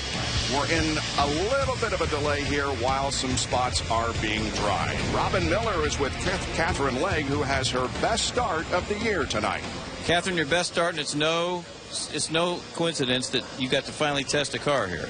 I think Milwaukee was one place better. So it is no coincidence, though. The last couple of races have been since the test. So we're really happy that everything's kind of going in the right direction with the True Car Racing team. It's just, you know, we had a plan. It got a bit derailed at the beginning of the year with Lotus. But now, yeah, everything's positive and everything's on course, and it's, you know, it's a long-term thing. So as long as we keep improving and we get a good finish here tonight, then I think everybody's happy. You made some good passes in the heat race yesterday, and you think you can work 2 grooves in it? You look pretty comfortable up high. I think when the tires are new, you can run 2 grooves for maybe 3 laps. And then after that, it's going to be who can hold on to their car for the longest, because trust me, after about 30, 40 laps here, you're hanging on for dear life, literally. All right, well, go get ready, and thanks for your time. Townsend? Thanks, Robin. I'm standing down here at the back of the grid with Takuma Sato's car. He's getting into the car. I talked to him just before he got in. This is a race he needs to finish. He's had 4 for 4 crashes, some of them on his own. He had the situation at Indy. It's going to be really fascinating tonight for me to watch how he manages getting to the end of this race. I was at the autograph session earlier. He's got so many fans that come up to him, pat him on the back, and are like, yeah, man, that was awesome. Go for it. You know, you can do it. At the same time, he's got a team owner, Bobby, who I haven't talked to, but I know he's thinking, man, we just need to finish. We've racked up a lot of crash damage, and we just got to get to the end. I'm fascinated to see how he balances the 2 ends of those spectrum. The fan support that he's got going and that's growing, and his owner's concern. Interesting tonight, one change they've made. There's Bobby Rahal up on the spotter stand. He'll be looking down, spotting for Takuma the first time this season, the first time they've ever done that. And having that expertise, I liken it a lot to a Jimmy Vasser and an EJ Vizo situation, trying to calm things down, get to the end, and just do base hits. I'm not sure if base hits is part of the Japanese vocabulary. I know the sport is popular over there, but that's what these guys need tonight. Townsend, good job down there along with Robin and Kevin, as we've had some time to fill here, but hopefully for not much longer. Up in the booth here, I'm Bob Jenkins with my booth mates, Jan Beekes and Tommy Kindle, and I mentioned a little bit earlier how it wasn't going to take long to run this race, 250 laps. As a matter of fact, they will be turning 3 laps every minute. More than 3 laps a minute. You know, qualifying was in the 16-second range. And you think about that, to put it in perspective for everyday life, a mile at 60 miles an hour takes a minute, 60 seconds. We're going around a 7/8 mile track, a tight bull ring at 180 mile per hour average speed. And you think things come at you quick in your daily life when you get in a jam. Well, they've got to deal with that. It's hard to find enough time to take your hand off the wheel to make an adjustment. Pagenaud said, you know, he had to get his ears unplugged. You don't have a prayer to do anything. I heard a story, Oriol Servia, when he just started driving for Newman Haas, they hadn't gone over some of all this stuff, and there was a race, and they were trying to tell him where to make an adjustment, but they hadn't gone over beforehand where it was. They said it took him 30 laps to get him to find the switch to make this slight adjustment. So things are coming at you quickly, no time to breathe, and so it's going to be coming at him quick. I can't wait to see what transpires. And Tommy, what also comes quickly is what the engineers have to do tonight, and that is, because of the changing conditions, an engineer's job is really to hit a bullseye on the setup. But the problem is the target is moving because the weather conditions are changing. You've seen it's rained, it's washed away that rubber. So if you look at a Penske team like a Ryan Briscoe there, and some of the other engineers who are going to make these calls tonight, if you're Andretti, Penske, or Ganassi, yeah, they have more darts to throw, but there's no reason a team like Justin Wilson, someone who has won these races before, if an engineer hits it right and can keep these tires underneath the cars, that's the whole key. As the tires wear, you need your car to be good. That is a tough assignment for an engineer, and if you get it right, you'll be in victory circle. Well, we'll see how it goes. 25 drivers now strapped in, and let's take a look at the starting lineup for tonight's race. In row number 1, Dario Franchitti and Elio Castroneves. Dario won, of course, the qualifying race yesterday. Marco Andretti and James Hinchcliffe will be in row number 2. Row 3 will consist of Ryan Briscoe and the current points leader by 31, Will Power. Row number 4, Ryan Hunter-Reay, last week's winner at Milwaukee, and Scott Dixon, who is 3rd in the point standings. The 5th row, Alex Tagliani and Joseph Newgarden, the rookie. Rubens Barrichello, the veteran, especially at Formula One, and J.R. Hildebrand, sophomore driver, go in row number 6. In the 7th row, Justin Wilson, the winner at Texas, and Charlie Kimball. Starting in row number 8, Oriole Servia and Catherine Legg, with whom we just spoke. In the 9th row for tonight's race, Mike Conway and James Jakes, Justin Wilson's teammate for Dale Coyne. Tony Kanaan, because of the penalty, 10-position penalty, will start on the inside of row number 10, and Graham Rahal, who won the first heat race last night, will start in the outside position on row number 10. 11th row, Ed Carpenter and Simona De Silvestro. In row number 12, it's Takuma Sato and E.J. Biso. Biso also taking the 10-position penalty. And all alone in the 13th row will be Simon Pagenaud. That's your starting lineup. The command will be as soon as we get back from Iowa Speedway. Stay with us for the Iowa Corn Indy 250.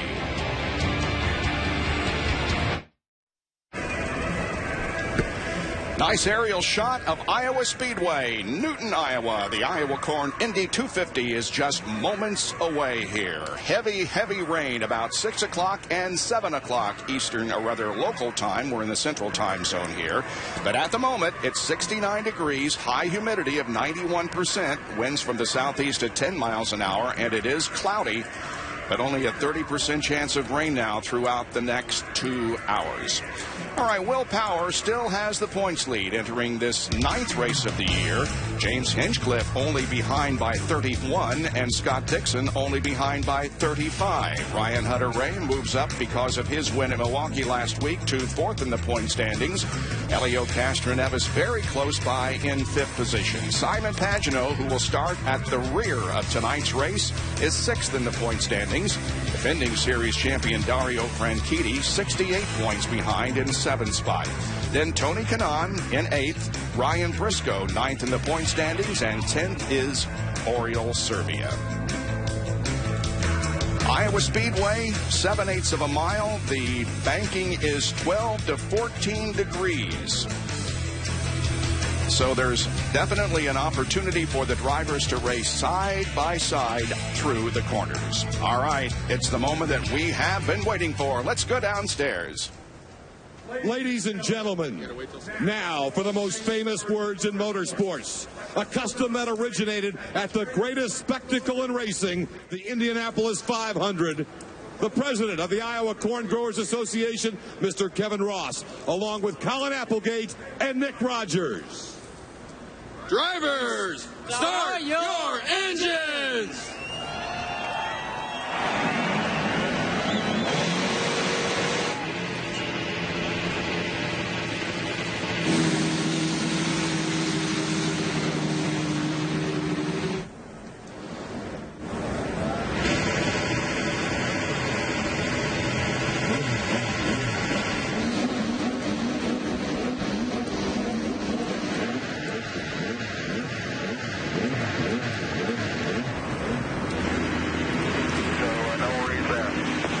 It is about 40 minutes late in getting started, but we are ready to go. And let's hope that the rain stays away for the next few minutes. And we see Townsend down there on the grid in row number 2. What do you got, Townsend? Well, Bob just made a long run down here. Tonight for me is going to be all about how these guys make adjustments on the fly in the car. This car is such a narrow window on a track like this to get the setup right. It can be understeering, and then it'll be neutral for a lap, and all of a sudden they get loose. You've got to manage this car in that setup window to win this race tonight. It's going to be fascinating to watch. Robin? Graham Rahal's got one of the fastest cars, but he's starting way back in 20th. He had Texas 1 before he hit the wall with 2 laps to go. If anybody has to have a good race tonight, I think it's Graham, just because of all the things he's been through here lately. He hasn't had a lot of good luck, but he's had a good race car. Kevin Lee? The other thing that we talked about a little bit is going to be tire management. The fuel window is a little bit larger than what the tires are going to last. Now, this is not any fault of Firestone. This is good for us. It makes better racing, and they don't all wear the same way. Cars handling well are going to be able to last longer on the tires than somebody that is struggling with the handling. So definitely something to watch, and we could see some good action with people having better luck or bad luck with their tires. Thanks, guys. Have a good race down there. Don't miss a chance to get in on Honda's fastest seat in sports sweepstakes. Enter by logging on to shophonda.com. This week's lucky winner is Alfred Arlick from Roanoke, Indiana. Alfred, can you hear me? Yes, sir. I can hear you. What's it like out there? Hey, this is the greatest. I really got to thank Honda and IZOD, IndyCar, and Iowa Motor Speedway for the most fantastic ride. Well, have a good time. By logging on to shophonda.com, Alfred won the opportunity to start today's race in the IZOD two-seater, driven by Ari Lyondike. Let's run through our onboard cameras. The number 77 of Simon Pagenaud has the HP onboard camera.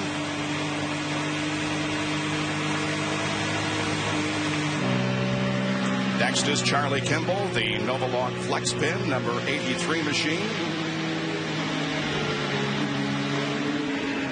J.R. Hildebrand carries the National Guard onboard camera. He'll start in 12th position.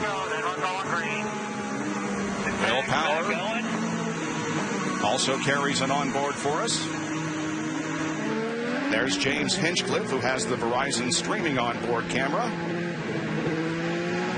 And Marco Andretti, the Iowa Corn onboard camera. Well, the 98 car of Alex Tagliani has spun, and so we're not going to go green here on this lap. Trying to get Tag started up and on the way here. He was scheduled to start in the 9th position. You can see he is being pushed onto the racetrack as the two-seater comes to a halt. Hey, Bobby, Alex's car wouldn't start when we were in Detroit, so he's had a few issues here at the start of a race. Yeah. Well, let's hope he gets things ready to go here. Still not moving. And Bob, Joseph Newgarden was told on his radio, be aware, you might be able to move up a slot. Let's just kind of stand by and see whether we're starting in our regular location or maybe they let us move up with the issue with Tagliani. All right.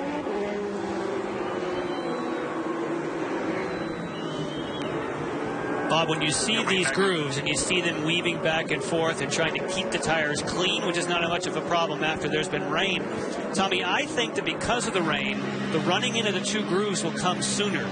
Because, Dario Franchitti was smoked. The pole sitter. I was just going to say, is this thing making a funny noise? Wow. Yeah, she just went out of plume of smoke, buddy. Oh, my. Wow. A big hit for Dario in the points. If this thing is terminal, as they expect it to be, how about that? Let's take a look at what happened. Just a big puff of smoke. Just warming up. Wow.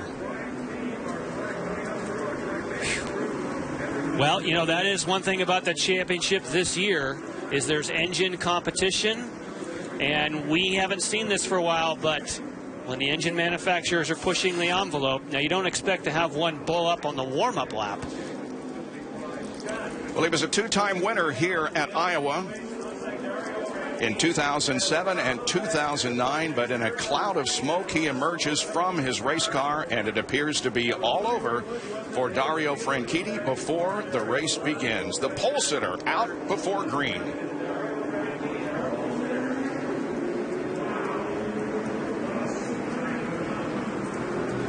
Talked about how hard it was for pattern recognition, the things we've seen this year that are so unusual. So because of the things that have happened here before the green, we're going to take a break before the green flag and be right back to Iowa. The Iowa Corn Indy 250 on NBC Sports Network is brought to you by Iowa's Corn Farmers. On and off the track, you can choose ethanol just like an IndyCar driver. The only difference is the speed limit. By IZOD. Go to IZOD.com to see the latest in IZOD color and performance. And by Honda, an official vehicle of the IZOD IndyCar Series.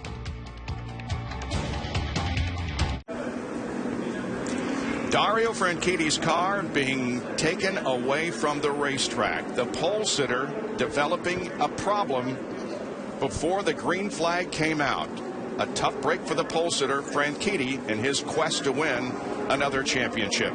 Simon Pagenaud just came in. He can top off. He's starting last anyway, so he's not going to lose any positions. And Townsend is with Chip Ganassi.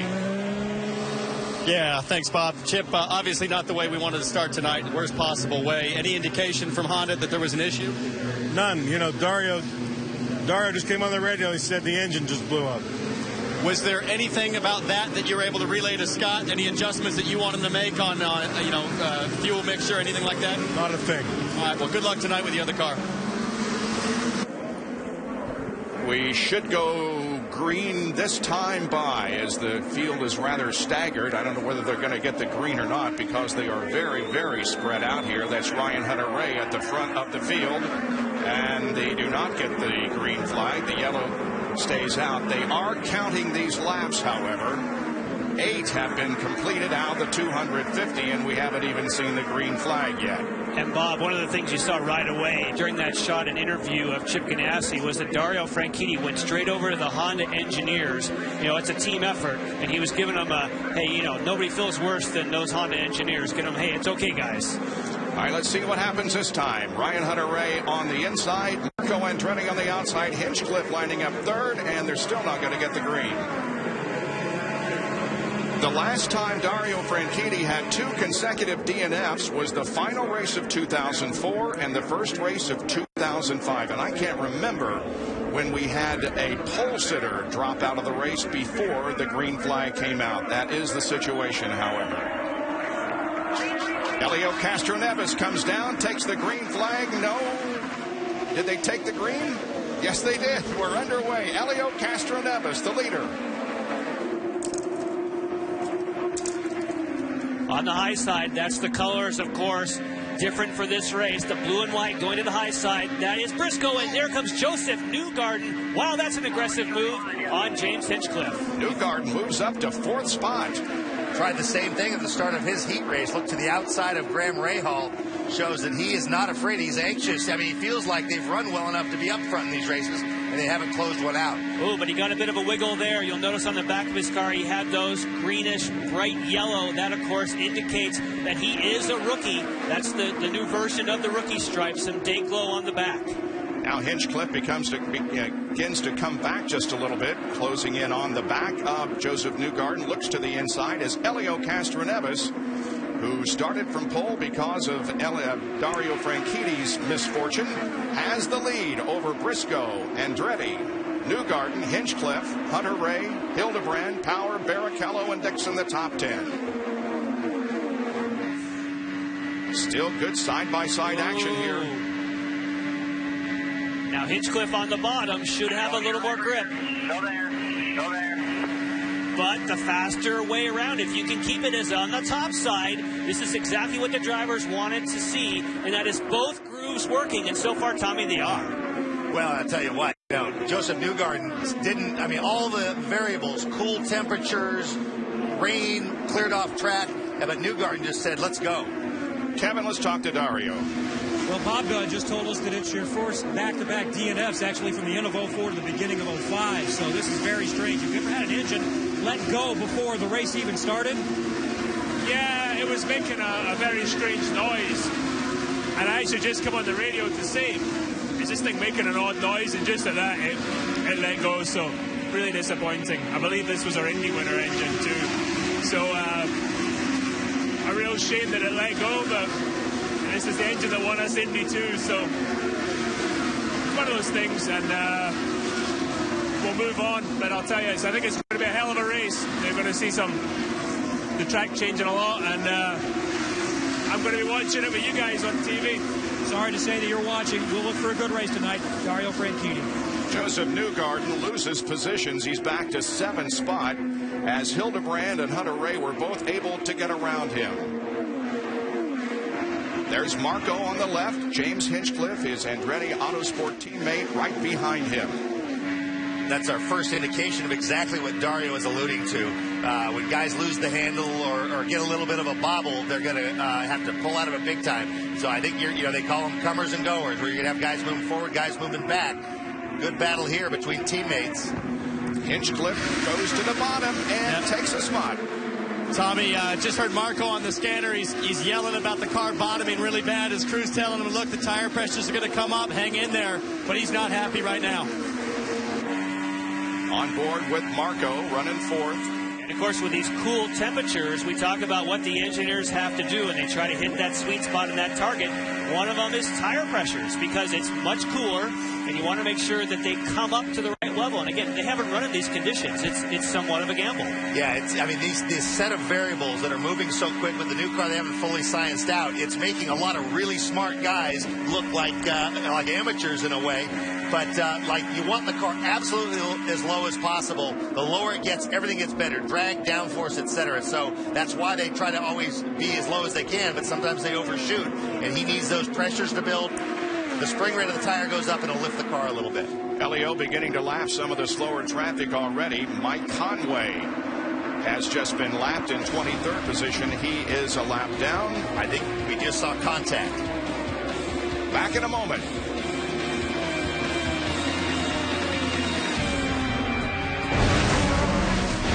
Here at Iowa Speedway in trouble has already hit the number 4 National Guard car, J.R. Hildebrand. Looks like contact, I heard from the team with Ryan Hunter-Reay. The front wing got damaged. They just replaced it. They're going to put new tires on anyway while they're here. We're going to see a replay here of maybe what happened. Hunter-Reay exits up to the wall. Hildebrand's got a draft, and oh man, he just looked like he waited pretty long there to pop out. Let's see, he's got a little bit of an understeer moment. Yeah, he just mistimed that, guys, I gotta say. And any pit stop is going to drop you way back. He lost 3 laps on that pit stop. So J.R. Hildebrand drops all the way back to 24th spot. But that's what happened when you pit under green. And Ryan Hunter-Reay now moves to the outside of his teammate Marco Andretti. And Ryan Hunter-Reay moves to 4th. That's Simona De Silvestro. To the right. Big lifts in the middle for Marco. And for Ryan Hunter-Reay, you could definitely see the contact on that rear wheel guard, and so there doesn't appear to be any damage for Hunter-Reay. And again, that was the idea of those guards, that if someone caught you with a wing, it calls from the spotters. But again, if you misjudged it like J.R. Hildebrand, the great news is that Ryan Hunter-Reay didn't get a cut tire, which he would have last year. E.J. Viso has gained 10 positions since the drop of the green flag. Tony Kanaan has also picked up 10 spots, moving from 19th to 9th, and Takuma Sato started 23rd. He's up to 16th. Wow, and that's side-by-side between Viso and Servia. Servia on the left, black and yellow on the high side, the Sitco colors of Viso. Again, some very close racing. Mike Conway they're going by. We knew he was in trouble early as Castroneves. That was the first car that he lapped. Alex Tagliani, you see there at the front of that pack, he did get started, needless to say, is 2 laps down to the field.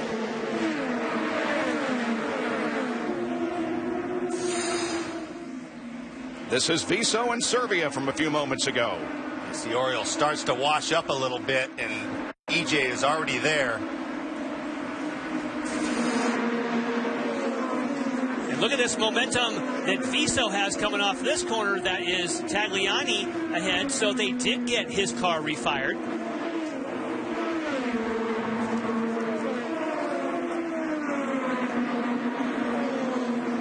It's now 12 spots that Viso has gained.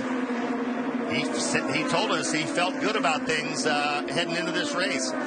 Came from a long way back to finish 3rd a couple years ago. Clearly likes this track, and it has shown that starting position is pretty much irrelevant. He finished 3rd here in 2010. Meanwhile, Elio, the leader of the race, now coming up on Charlie Kimball, who is running in 17th. Yeah, but look right behind. This could be a battle for the lead at the same time that you go for traffic. GoDaddy Hinchcliffe right there, trying to get to the inside, and then Elio's trying to get lap cars between. Tommy, of course, that's what you always want to use them as a pick. Yeah, and this, look, here comes Hinch on the outside. Now he's going to try to slice in between. Oh, that's great for Elio. Horrible for Hinchcliffe.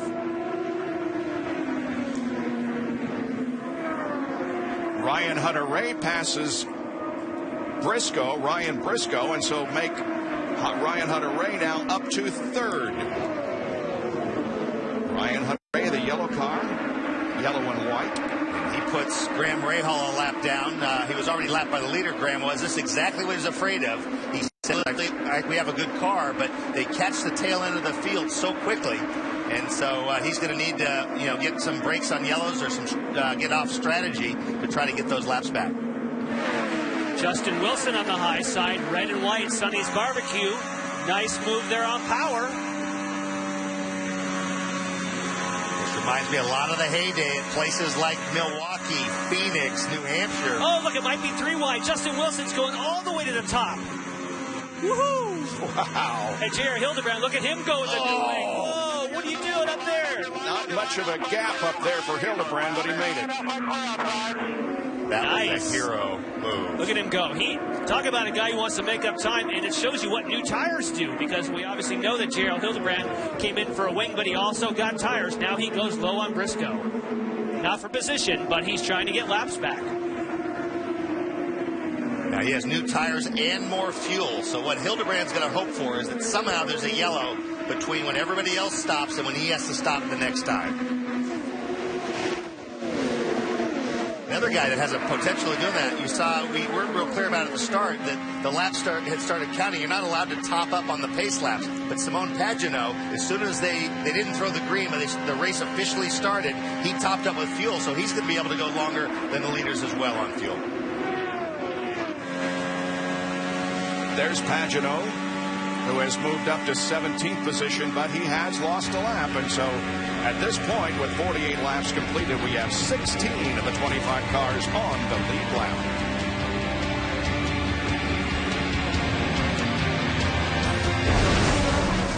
Welcome back to the Iowa Corn Indy 250. The IZOD IndyCar Series continues on ABC with the Honda Indy Toronto. Dario looks to defend last year's win and make a number 4 on the 1 3/4 mile street course. The Honda Indy Toronto, Sunday, July 8th at 12:30 Eastern on ABC.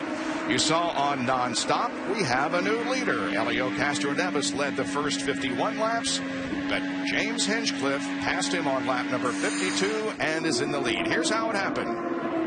He had great momentum. He came off the 4th turn, got to the bottom, and it stuck beautifully for Hinchcliffe. Again, we've talked so much about how good is your car going to be at the end of the run.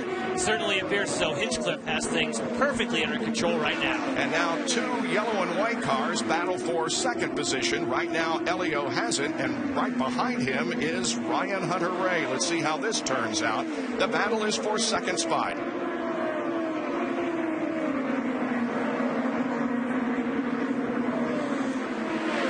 Hunter-Reay's going high.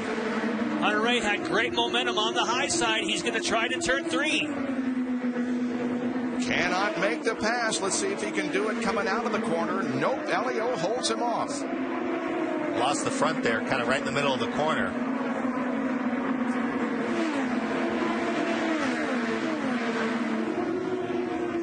Well, let's go to Kevin Lee, who's with Kevin Ross, the president of the Iowa Corn Growers Association. Kevin? Thank you, Bob. Good to have you guys involved with this event again. What does it do for the Iowa Corn Growers Association being a title sponsor of an IndyCar race? We think this race is absolutely fantastic. It is a great place for us to showcase what Iowa's corn farmers are doing, what they can do, and what we're going to do in the future to help lessen our nation's dependence on foreign oil and continue building the nation's fuel supply with a cleaner burning, renewable fuel. The rain wasn't good for us in racing on time tonight, but good for everybody here, right? Yeah, I don't think any farmers around here were complaining too much. We've been kind of dry across the state in certain spots. This was one of them, and we're glad to have that rain. We're glad to see us racing tonight. Thanks for the hospitality. That's Kevin Ross from the Iowa Corn Growers Association. Well, you drive from Indianapolis to Des Moines, as I did, and you are constantly in cornfields when you enter the state of Iowa, and you realize just how important farmers are to the health of this nation. J.R. Hildebrand, again, 3 laps down because of the pit stop in which he changed the front nose of the car, but he is passing everybody out there. And if he can catch up there to the GoDaddy car, which is Hinchcliffe, now I noticed the leader, Hinchcliffe, he's been getting in a little bit of trouble. His speeds have dropped way off when he gets mired in traffic. I think, Tommy, that his front tires are starting to not have the same kind of adhesion that he did. He gets in traffic and has trouble. Yeah, you're right. They're gonna be pitting you on in about 5 or 6 laps. I'm guessing it's going to be hanging on until then. You can tell they're starting to slide, these guys. Justin Wilson and Ryan Hunter-Reay battle for third position.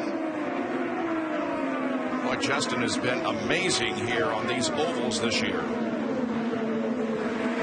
A few laps ago, Hunter-Reay was right on the back of Castroneves, and obviously Castroneves been able to stretch it back out in traffic. So that just kind of shows you traffic maybe be as big a factor as the balance of the race cars. Now, what we're seeing from Hildebrand here actually raises an interesting prospect. We have Craig Hampson, longtime Newman Haas engineer, who's helping us out in the TV booth. Oh, Power and Viso. The points leader has crashed.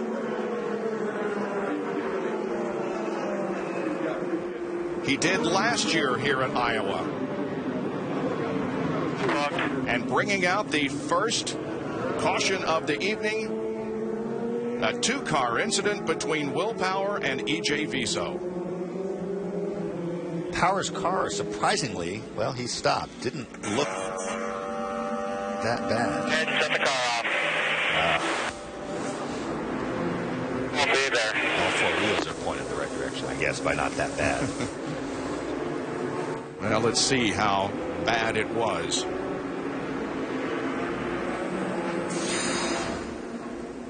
Oh, E.J. Viso goes low. No. And he's pretty. I don't know if he knew he was down there. He chopped across the front. And that was not E.J. Viso coming up. E.J. Viso kept his left wheels on the line, and you just have to assume, like you said, Tommy, that Will Power didn't get the word from his spotter that inside of him was E.J. Viso. On board Will. You can see how close he is to the yellow line. And E.J. Viso can't go any lower than the yellow line. And in fact, they were told by race director Bo Barfield that you were required to leave one lane open on the inside. Power did not. Townsend? Yeah, thanks, Jan. This is James Hinchcliffe, our leader. He's in there. He's watching the fuel probe, see when it drops. He's off and away. Nice stop, burning out all the way to the speed limiter. And run for Justin Wilson so far as we watch the race on pit road, and Elio Castroneves just barely beats James Hinchcliffe. Ryan Hunter-Reay is going to get out third. Wilson lost a lot of spots. He came in fourth. He's going to exit 8th or 9th. Also of note, he is dealing with radio problems right now. Dixon moved up 3 positions on the race-off pit lane. Justin Wilson suffered, losing 3. Serbia up 1, and Briscoe down 1.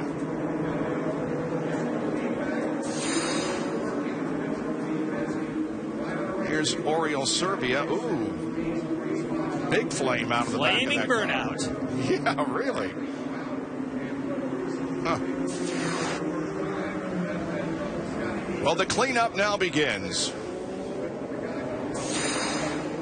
And here's the race off pit lane. You can see that Elio is about a car length ahead of Hinchcliffe as they pass by the pit zone marker. And part of that was pit position because he pitted later. That gives you that advantage when you race to the line. Nice job. Actually, our second caution of the evening. The first was before the green came out for Dario's situation.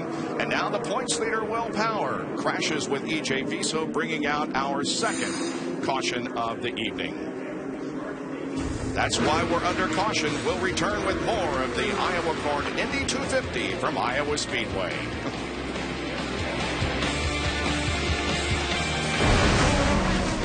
Under our second caution of the evening, there is the damaged race car of E.J. Viso as he came in contact with Will Power in turn number 2. So 2 of our title contenders, at least from the last few years, Dario Franchitti, who was the pole sitter, dropped out before the green flag flew. And will finish in 25th position. And then this incident between Viso and Power sends the points leader to the outside wall. And he now has just an 8-point advantage on James Hinchcliffe. But a lot of laps to go in this one. We understand that a penalty will be given to the number 14 car of Mike Conway for a speed violation, and also for James Jakes, who passed the pace car. However, Graham Rahal did get back on the lead lap.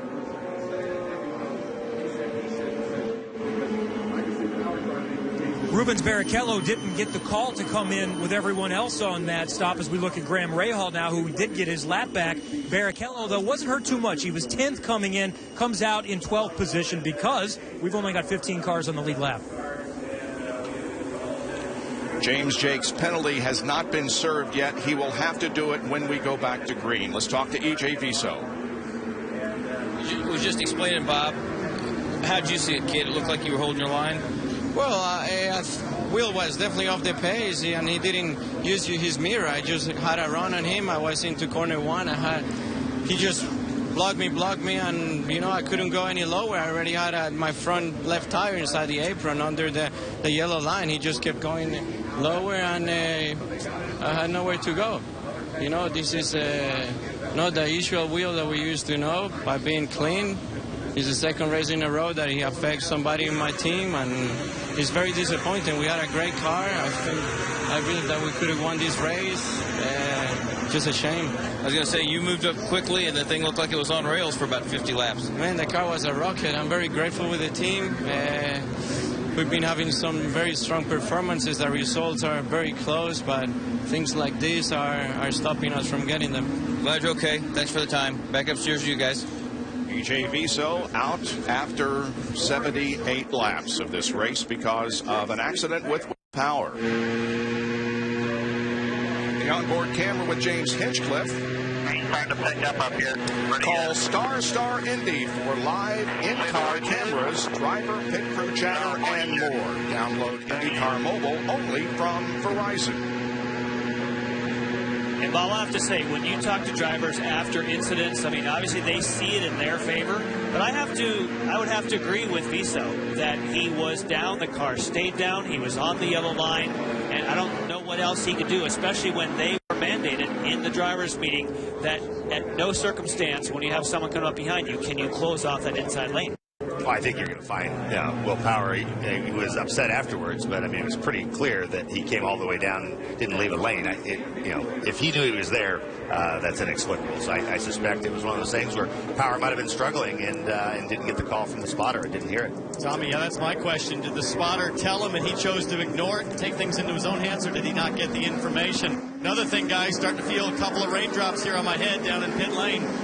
Yeah, we saw it from the lights that there is definitely rain falling on the racetrack with 80 of 250 laps completed. We are getting set now to go back to the green flag as the cars will line up 2 by 2. Castro Nevis and Hinchcliffe on the first row, and we will not get a Yeah, you can see the drops. Yep. Wow. Well, we're about 40-some laps from the official race distance if we should get rain. That stops us completely. Remember the last time this happened on a restart was New Hampshire, I think, and that led to an absolute grilling of Brian Barnhart. We got a new race director, Bo Barfield. I'm sure he'll be thinking about making sure this thing is bone dry before we go green. This is the 5th race that Elio has led this year. It's the 2nd consecutive oval race he has led. He led 50 laps at Milwaukee. And we had some radio transmission that we eavesdropped on just a few minutes ago with James Hinchcliffe. Yeah, and you realize Power's out. Obviously, Frank Edie's out. Doesn't matter who's out. All matters who's in. There you go. Is that the IndyCar version of if you're not winning, you're losing? We got some James Hinchcliffe fans in the stands, absolutely. But there's no question to me at this point in time. Of course, they've made pit stops and changes, but Hinchcliffe, prior to this, was the fastest car on the racetrack. We remained under caution because of some raindrops that are falling once again on Iowa Speedway. We were about 40 minutes late in getting this race started because of a downpour that occurred a couple of hours before the scheduled start of the race. And now some light sprinkles once again cause a caution period, or at least the continuation of a caution period that was started with the Viso and Power crash. Well, looks like that we are set to go again. Good. That was quick. Let's go.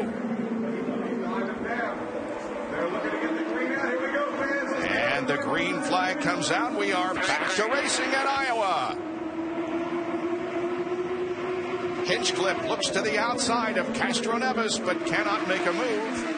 As they're 3 wide through the corner, that's Joseph Newgarden, the blue with red on the front wings. He is moving up. Man, is he a fast starter. First he went high, then he went low. Joseph Newgarden not starting like a rookie, but now he's lost pace. That's the red and white car of Justin Wilson going to his inside. Moved up to 7th. Now he's back to 8th and may lose another spot because Ryan Briscoe is right there below him. More from Kevin. Joseph Newgarden was dealing with a lot of understeer in that first stint, and he said, I was too extreme with the tools. So the pit stop, they made an aero change, and they were confident during that yellow that he was going to come back with a good race car, and it looks like they have. Well, they had briefly for a couple turns. Now he's going straight backwards. There's Ed Carpenter. However, he is a lap down in 16th spot. That's Oriol Servia making the move now. He is on the lead lap in 10th position. J.R. Hildebrand gained one of the laps back that he lost. He's now 2 down in 20th position. That's Newgarden up ahead in the 67. Newgarden back to 10th. And even with that blaze. Oh, look at that wiggle, though, Tommy. Woo!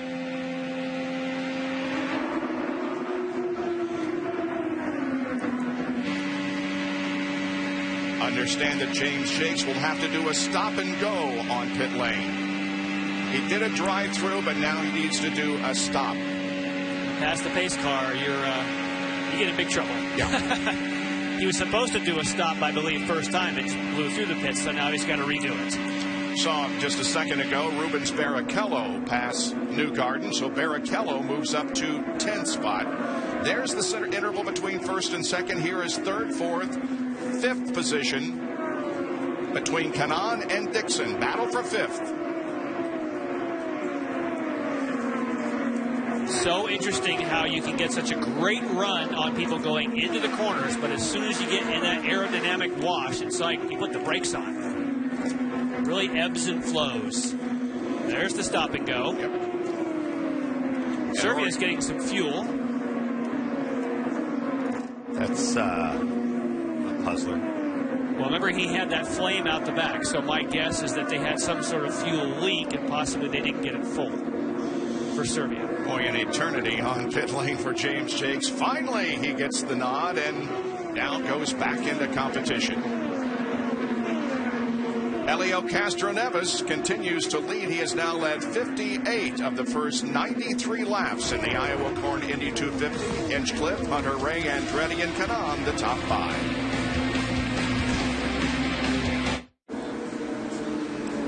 And we are under caution once again. This is for J.R. Hildebrand, who had an earlier problem and now has had a terminal problem as he's made contact with the wall.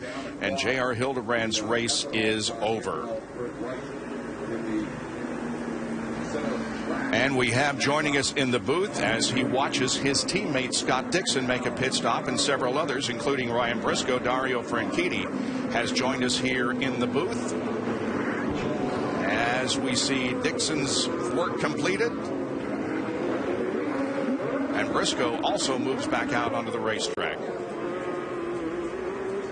Let's take a look at what happened to J.R. Hildebrand. We're on board with him in turn 4. He picked up the understeer quite early in the corner there. I'm surprised he didn't get out of it a little earlier.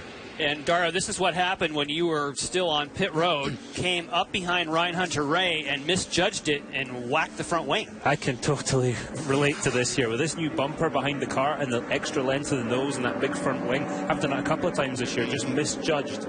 You're used to just skimming the nose off the rear wing, and that's not the furthest. And the rear wheel. Yeah. And now you've got all that stuff behind it. So Servia now, we'd seen fire and an extra pit stop. Now it seems like it's more serious.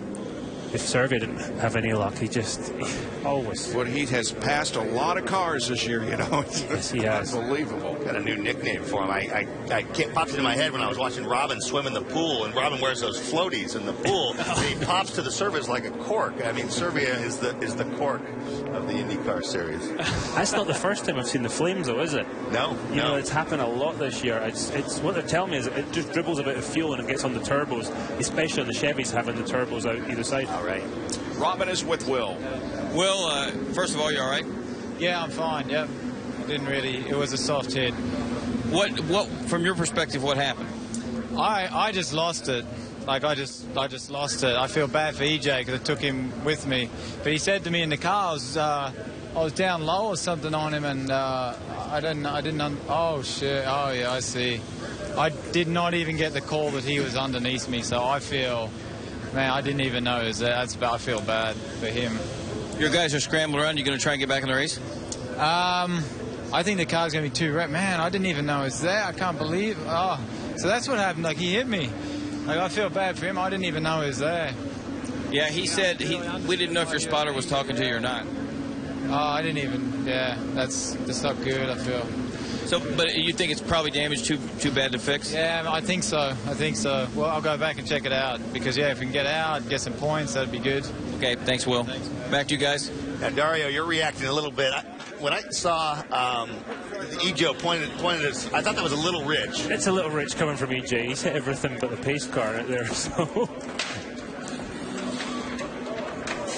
And there is Mr. Franchitti. Yeah, that annoyed me there. Will made a mistake for sure, but EJ, how many mistakes has he made? How many people, and he never comes up and says, "Hey, sorry, I screwed up there." That's a shame, and Will just took the blame and made a mistake. Takuma Sato makes a pit stop, Kevin. And they're working on Will Power's car here in the garage area. I just spoke with Tim Cindric, and he said it's doubtful whether they can get back out. But one scenario where they could is if we had a rain delay or if it rained hard and they had to finish the race tomorrow. So that's why they're continuing to work on it. But mainly, in case there's a rain delay, they would get back out for points. But if the race runs green the rest of the way, they are probably not going to get it fixed in time. And, Kevin, so interesting that while you're taking that shot, one of the mechanics says, wait, there's a camera in here. Give me a cloth. I'm covering those dampers. We don't want. And Dario's trying to look at the monitor. What has he got in there? What is he running? They're trying to fix the car at the same time. Whatever you do, don't show them what we're running. Trust me, there's teams up and down the pit lane and we freeze framing that when they get home and their DVR's going, okay. That's not my best angle there, I was going to say, the bright glare you just saw was off Kendall's head. Wow. Ouch. You guys are harsh. I think what we're going to see, just thinking about the race here, the track was really green. I felt even in the warm-up laps, had no grip. It's going to change a lot, and you're going to see comers and goers. And guys like Scott, I think Dixie's car is going to be better towards the end of the race as the track rubbers in. So this is not, by no means, a status quo. I see this changing a lot. So there's a lot of guesswork going on, and you've made assumptions about where it's going to head. So we're going to see who's got the right adjustment and so forth. One thing I wanted to talk to you about, I think we're going to go to break. When we come back, I want to talk to you about the tools in the car and how you would use them and so forth. Sounds good. 107 of 250 laps completed here at Iowa Speedway. Elio Castro-Neves leads James Hinchcliffe. We'll be right back. Back in Iowa with Jerry Hildebrand, a tough night, kid. The first time you misjudged, Dario said it's easy to do with these new noses and the car being a little longer. Yeah, I mean, with Hunter Ray there, I just, I kind of washed up into his wake and just had such a big run on him that when you're that close, the car doesn't really turn as much as you think it is. And so I missed that by probably a matter of inches. But that obviously put us a few laps down. But, man, after that, we were just all in the mail. Like, car was super, super good. I feel terrible for the Panther race, the old National Guard hiring our heroes guys. I mean, we had such a good race. I mean, I had every bit of faith that with a couple of yellows we were going to get back on the lead lap and motor up through the field. I mean, the car was really that good, and so it's just, I'm pissed. That was just a mistake on my part. Okay, kid, thanks. Glad you're all right. Back to you guys. Ready to go green once again. Castro-Neves and Hinchcliffe. Green. And the green comes out on lap number 111. We go back to racing. Ryan Hunter-Ray and Marco Andretti are wheel to wheel. That was clever of Castro-Neves to drift high there coming off because he knew on the high side was Hinchcliffe. Andretti and Hinchcliffe battle for second, but Hinch comes on and retains the position. Hinch is the man up top. He kept that all weekend, and that's I think that's where the passing's going to be done, but not if somebody else is up there. See Marco get upset over that bump there. Yeah. It'll get better as the tyre pressures come up, but he's obviously running the car pretty low, which is an old Andretti trick. Now, the bump is quite a bit better because they actually drilled holes and infused some material that expands, almost like industrial expanding foam that you would use to raise that. So Dario is quite a bit better than last year. Yeah, they've worked really hard on it. It's actually about the same as last year, but about 2 months ago it was a lot worse, so they brought it back up similarly. Boy, we got to give a tip of the hat to Simon Pagano, who started last and has moved up to 9th. He has been the biggest gainer so far tonight, getting 16 positions alongside Barrichello. That was another almost willpower replay there, but Rubens did get the call from the spotter, and he gets that for position. Yeah, I think the spotters need to be a little quicker sometimes on the radio there, but Pagano has done a great job all season. There goes Dixie making a move on Rubens. Nice work there. It underscores what you're talking about. These races with the changes are like 500 milers. And so Pagano was a lap down earlier. He's back on the lead lap. Now he's the biggest mover. So you just got to kind of live to fight another day. And when did you get that sort of patience to learn to let the race come to you and just work through some of that stuff? Still working on it.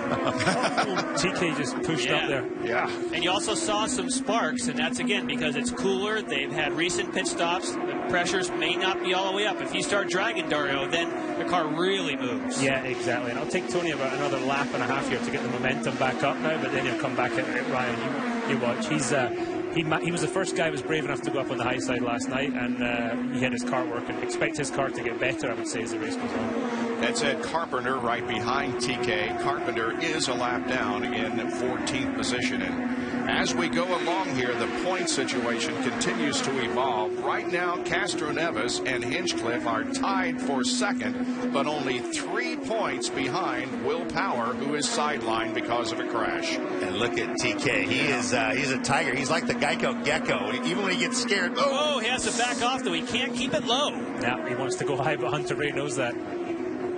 And there's that bump. There's a bump right there, and that's right where he's having the trouble. The bump is high and low, is it not? It's high and low. Okay. Yeah, absolutely. Right against the line, it's a little better, but otherwise it's pretty bad. And if you do go low in 3 and 4 as well, there's not a lot of grip down there because there's less banking. And of course, that's part of what we were just talking about, is it's more of a depression than it is a bump, which is why they put material underneath the track, drilled holes to try to raise that, because it's over the tunnel. It sunk effectively. And as you said, Dario, it's been well improved. When we first showed up here, the test a couple of weeks ago, we were hitting that bump, bottoming out, and four-wheel sliding the thing on the exit of 2, and that was pretty interesting. We didn't last there like that very long. We came in and made some changes. Graham Rahal trying to get 11th position from Charlie Kimball, unable to do so. Townsend. Yeah, so I saw Oriol Servia's car get rolled back into the pits. I talked to his crew chief, into the garage. They're going to go back and work on it. They had a pit fire. They think they melted some of the electronics in that pit fire. It was a fueling issue with the fuel nozzle and the Buckeye. They're going to go back and see if they can get it fixed, but wasn't looking too optimistic. The crew chief wasn't for Oriol Servia. Now, there were a few Buckeye seals that failed in Texas, and in fact, they sent a memo out to the teams to be sure that they got all those redheads, as they call it, the probes, worked on to alleviate that problem. Yeah, wasn't Marco's one of them? Yeah. Did he have the fire as well? Yeah. And then Marco, that whole thing, he was on fire. He left the pits. It blew out. And then he thought the radio communication was, I'm still on fire. So he comes in the pits and jumps out like, what are you doing? Yeah, exactly. Get back in the car. We'll do what we got to do here, okay? Jeff Groner's crew chief is my old crew chief. And when Groening pushes you back in the car, you do what you're told. 125 laps are in the books. This time around, it will be an official race. So we won't be coming back tomorrow, even if it does rain. Let's hope it doesn't, as James Jakes comes in for another pit stop. Jakes led 15 laps during that one caution. Here's Newgarden again with Pagano. The battle is for 7th spot. Pagano continues to impress, man. He's the real deal. Yeah. Oh, Did you drive with him in the LMP car? I drove against him. Marino, my little brother, drove with him, and he just kept telling me how good he was. Here comes Dixie, too. Yep. Dixie's got his car working on the bottom, which bodes well for the end of the race there. Did you two start with the same setup today? Pretty close today. Yesterday were completely different, and we kind of saw the result. But we migrated a bit today, which we tend to do. We steal from each other. Mike Conway has had numerous problems tonight. He's in the pits once again and continues to lose laps. He's now 6 laps down. As Elio continues to show the way, he's now led in 5 of the 6 races here at Iowa Speedway. He's led the most laps, 93 so far. Hinchcliffe has led 19, Jake's 15, and Rubens Barrichello also led 1 lap. Pagenaud and Justin Wilson, 6th and 7th. Wow, look at this. Owen Wilson's high. Wilson was rubbing the wall. It just shows a little bit of rubber on the track, and Simon's car comes to life. And Justin did a good job saving it there. It's that was close. As the banking falls off at 2, you see what happens there. Big old slide, and well held by Justin there. It's the 4th oval race of Pagenaud's life. Yeah, the boy's got potential, I'll tell you. I was really impressed at listening to him talk at Milwaukee. He really relishes the challenge of the oval, and he did an amazing job of slowing it down and breaking down the challenge of hustling the car in, dealing with letting the downforce catch the car. Look at that, how much distance he's put him already. Yep. Yeah, and Dixie just had to lift there trying to pass Justin and lost the momentum. Here's some limiter. The hard limiter, yeah. And we've talked about the hard limiter. The hard limiter is that aggressive one. There's a second softer limiter that's meant to keep you out of the hard limiter. Explain how that works. I'm not sure I can. I'm not sure I'm allowed to. But it basically stops it getting into that hard, aggressive IndyCar mandated limiter. It makes it more smooth and costs you less speed. If you get in the hard limiter, it could cost you 5 miles an hour. What I found out, well, we'll talk about it when we come back from break. Rather than running a higher gear, you're better off holding it back a little with the soft limiter rather than getting into the hard limiter. You could raise the gearing, but that is too big a jump. Ryan Briscoe moves to 12th position, putting Kimball back to 13th with 135 of 200 laps completed here in Iowa.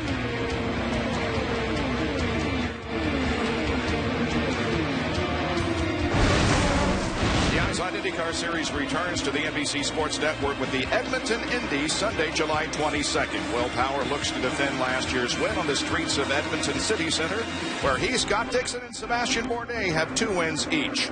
Coverage begins with the Firestone Indy Light Series race Sunday, July 22nd at 12:30 Eastern here on the NBC Sports Network.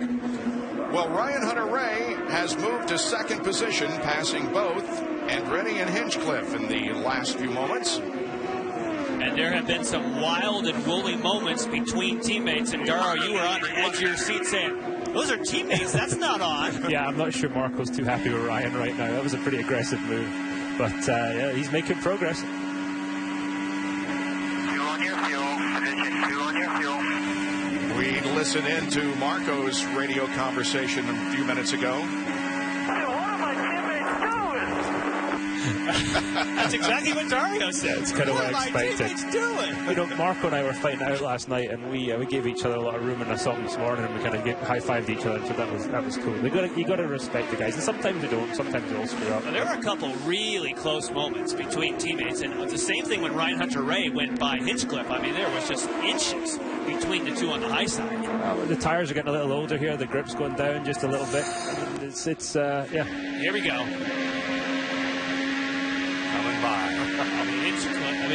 The Hinch pedaled it there, didn't he? He had to. But I don't think Ryan did. No, yeah, Ryan just stayed in it and said, I hope he doesn't come up. Yeah, he's been fairly aggressive. And Marco's got to run. Yeah, Marco's a little upset right now.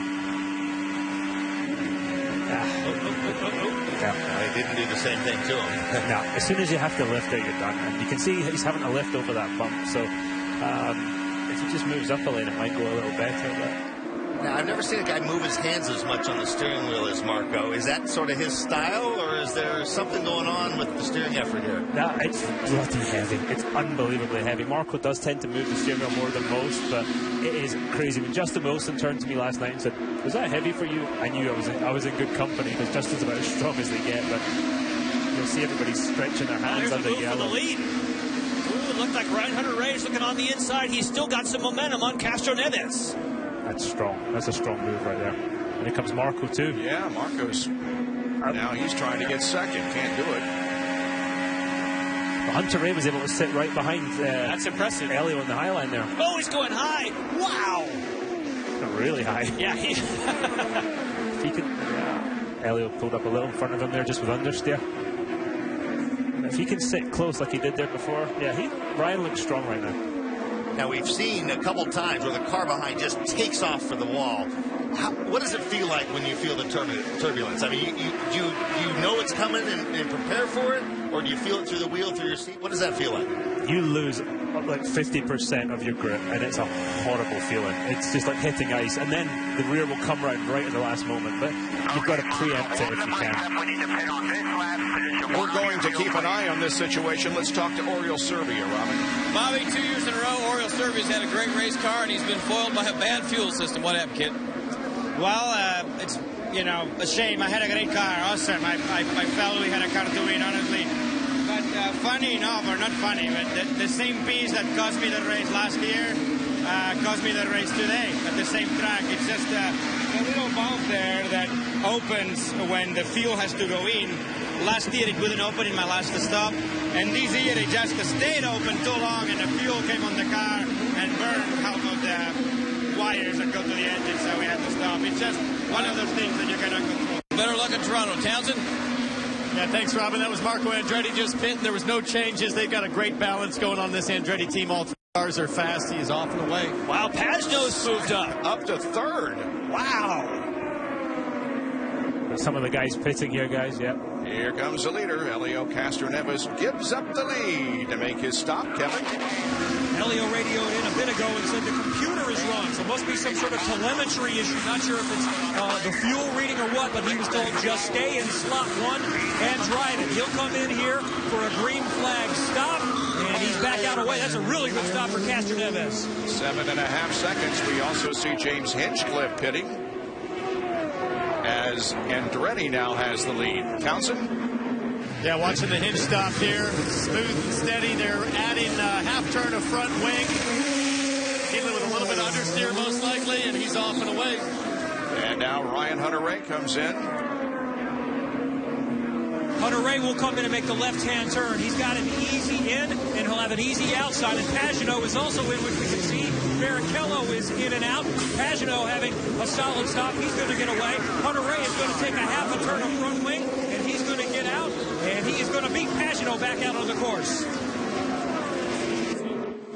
All these pit stops coming under green. And there goes Marco, so you're getting an idea where they're going to cycle back in as they're leaving the pits. Dixon's gone to lead on a different cycle, so Dixie's looking quite good there. He's gained 5 seconds on Briscoe since that last restart. He's pulled away 5 seconds, so he's looking quite good. Actually, Briscoe was still caught in the pits. They were topping him up at the very end of it, and he didn't catch the tail end of the thing, so I expect Briscoe to be able to go longer. Good job. What we saw there with Marco, usually everybody goes as long as you can on fuel because you lose a lap. It's because of the tire wear, we're actually seeing something different, where Marco was the first guy in, even only running 1 lap shorter. His 1 lap on faster tires put him in front of Castroneves. Yes, so you're going to start seeing guys roll the dice. It's a big risk to take up front because you can go down a lap if a yellow comes out. And there's that group all together. So after their pit stops, they're all together. And look at Elio up top. Ooh, when you're kicking up dust, you are way out of the groove. The thing with short pitting now, for the benefit of speed, is at some point you're going to have to pay for it. You're going to have to, at the end, you have to pit earlier. So you want to leave it as long as possible, have the best tires on the car at the end. I would say, but that's just the way I'd play it. Well, it's a gamble you might take if you're back, but if you're up front, the risk of getting caught 1 or 2 laps down if the yellow flies at the wrong time, like your guys are going with the low risk routine, might cost you some track position. Well, they're also going for something else. If he does not pit immediately, if he stays out a while longer, he could actually only make 1 more stop. If he wants to go in conserve mode, which I'm not sure you want to do with this tire wear, but if he stays out a bit, he would actually be in the window to not stop again. Absolutely. We discussed all that in the team meeting this morning. If you do pit and it goes yellow, you're going to be 2 laps down, and it's tough to make up to, I would say. Although JR almost proved me wrong earlier. Here's a battle for 6th position. Castroneves and Hinchcliffe.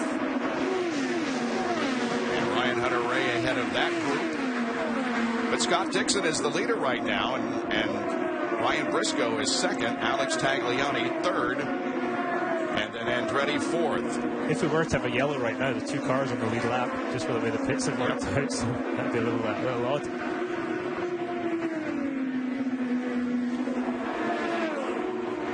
And Ryan Briscoe has 10 laps on Scott Dixon. Yes, they both did come under that yellow at 100, but right before it went green, Briscoe came back in and topped off at 110. That's why he was so far back.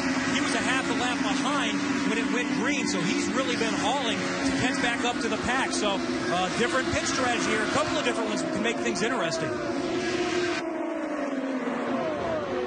I got to apologize to Ryan. I got that one wrong. I thought Dixon had pulled out all that space. Sorry, Ryan. Again, Marco on cold tires there. The bump looks a bit more work. There's a real sweet spot between about lap sort of 7 and lap 25 where it feels pretty good over that bump, and then you start losing. Up until 7, you don't have enough pressure, then it feels pretty good for a while. And then now talk about the tools a little bit. Something might happen and interrupt us, but you don't want the car to push, get real loose, and then adjust. One lap at a time. You've got to keep the balance of the car. You've got to keep it just right. And if you abuse the fronts, abuse the rears, it's just not going to work. And that was always the case here. But now with the less downforce, it's really there. So you're using your weight jack or your bars to try and keep that car in balance. It's like TK just passed Pagano. And Dixon continues to lead this race with 170 laps completed now. We're in non-stop, so you won't miss anything on the racetrack. We'll take this break, however, and be back with more of the Iowa Corn Indy 250.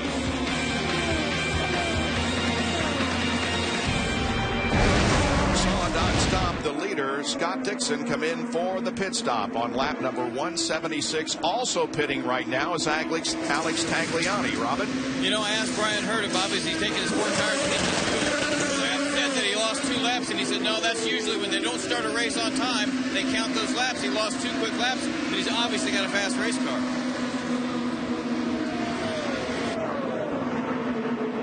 Oh, contact! Ryan Briscoe and Joseph Newgarden in the wall. Briscoe was the leader of the race. That was the caution Briscoe needed. He just needed to not be in it. Wanted to be him. Ryan Briscoe was looking, as you said, he was looking for a caution. He would have been on his own lap. Wow. It's going to be usable, man. It's pretty fast. He was the last one that was out on the course with a lap all on his own. To get taken out by a lapper, and now, I mean, from Newgarden's standpoint, he's on fresher tires and the guy's holding him up, but the reality is the guy's not in the lead lap. Ooh, a lot of water bailing out of the side. By the way, Dario Franchitti left, but we certainly do appreciate him being up here in the booth after an engine problem sidelined him before the green flag came out. Here's the replay of the incident between Newgarden on the bottom and Ryan Briscoe. Oh, this is really late. This is not the same as Viso and Power. To me, Tommy, this developed much later. Briscoe is already well into the turn. Yeah, I got to agree with you, Jan. That was Briscoe would have had no idea he was coming that late in the corner. Now, certainly Briscoe was nursing it. Briscoe would have been on really worn tires, and he wouldn't have been the same kind of speed. But that was, he's committed now. He's already on his way down. This is a really late move. That's just a lack of experience. I mean, yeah. he was about to rear end him basically, and kept going lower and went for the apron. There's Newgarden's car. Doesn't appear to be too badly damaged as it is still rolling. This almost kind of puts everybody back on the same strategy. Well, what's going to happen is, though, all the people who did not stop, in other words, Dixon will not stop now. Right. So he'll gain only a few spots, but he'll be, if you have to assume that Andretti, Hunter Ray are going to take advantage of this yellow and pit. Everyone stop. They'll fill up. They're one to go, one stop to go now. So they'll be behind him. Right, because Dixon's good to go. Right. His last stop, there were 3 people who could have pulled it off, and that was Dixon, Tagliani, and Ryan Briscoe. And Briscoe was doing the right thing. Roger Penske left him out. They were looking for yellow, and who would have thought it? He would have been the one, just like you said, as Marco rolls in. Yeah, he was a leader after the crash, but now he rolls in for the final pit stop. What he hopes will be Scott Dixon now is the leader of the race. Work completed on Marco's car. Back onto the track he goes. See Castro Neves and Ryan Hunter Ray also coming out. Kevin? Hunter Ray will come out and just barely misses Helio Castroneves, but I believe that's Marco Andretti that beat everybody out.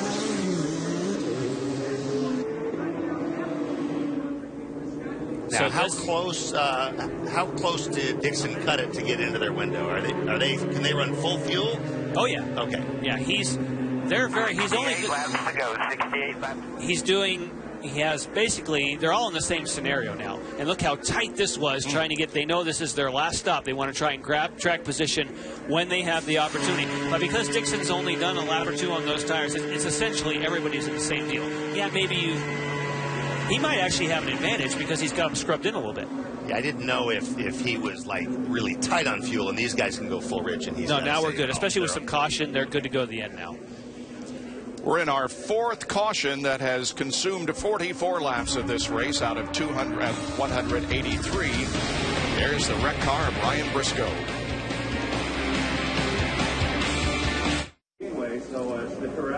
Welcome back to Iowa Speedway. Scott Dixon is the leader of the race. Moments ago, we eavesdrop on a radio conversation involving Helio Castroneves. Let's listen. Okay, what's the strategy here? Do I need to save fuel? Because the dash might not work sometimes, but the slot is working. All right, 10-4. What we're trying to do is that's your last stop. We're going to try and stretch it to the end. So whenever we can save fuel, we need to. 10-4. There you go, the strategy from the Penske team. And Robin is with Ryan Briscoe. We haven't seen the replay yet, but Ryan was just saying he was kind of motioning, trying to show him where to go. Here we go, Ryan. We're going to look at it right now. But you said you were kind of motioning him the lap before. Yeah, we went down the straight here, and you see it too late, but we were pitting that lap. You know, we were coming in for tyres, and I think it's a scenario where he's out there on stickers, going about 2 seconds a lap quicker. And we were going down the straight. I went low early in the straight to show him that I was giving him the high line. And when we got there, he just never lifted and just came barreling in. So it's disappointing. My spotter didn't have time to tell me that that's where he was going. I don't think anyone saw that coming. So it's start finish. I'd gone low, and I mean he's come from way too far back there, and it's too late in the corner to make a pass like that. So it's disappointing, but he's a rookie and he'll learn from it. And it's a shame because I think on fuel we're in position to win the thing. We'd made the car handling a lot better from the start, and I was looking forward to the finish. I was going to say, your strategy with Scott Dixon's and tag was looking pretty good. Yeah, we were spot on. Roger was making the moves, and we made a gutsy call at the end of that last caution to come in, top up, and we had more fuel than anyone. So it's really disappointing. It's great to see all the fans sticking around through the slight rain delay tonight. I love racing in Iowa, and I just hate to finish this way. Well, we're glad you're okay. Back to you guys, Bobby. And there you see Joseph Newgarden, who is out of the car. He's discussing the situation with his team, the Sarah Fisher Hartman team. That's a very graceful interview. He says he's a rookie. He'll learn. Didn't really slam him. Pretty cool interview. All right, let's take a look at what has happened so far in case you just joined us. Well, there's plenty that has happened, and it happened right from the get-go before it actually got to the get-go, and that was at Dario Franchini's Honda Kablamo before he ever got to the green flag. His championship hopes, you got to wonder about those. We enjoyed the time we spent with him in the booth, not what he wanted to be doing today. And then he said this is easy to do, to misjudge when you swing to the inside with the new bodywork on that car. That's J.R. Hildebrand getting into back of Ryan Hunter-Reay. He was one of the faster cars later, but this was for the lead. Hinchcliffe going down low on Castroneves. His car was awesome at the beginning portions of the race, and then this incident between Viso and Power. And now that Will Power has seen the replay, he agrees. Oh my spotter did not tell me Viso was there. That wasn't Viso's fault. Sorry about that, but boy, that was thankful that no one was injured in that. And then leaving the pits, Castroneves gets the lead back from Hinchcliffe, and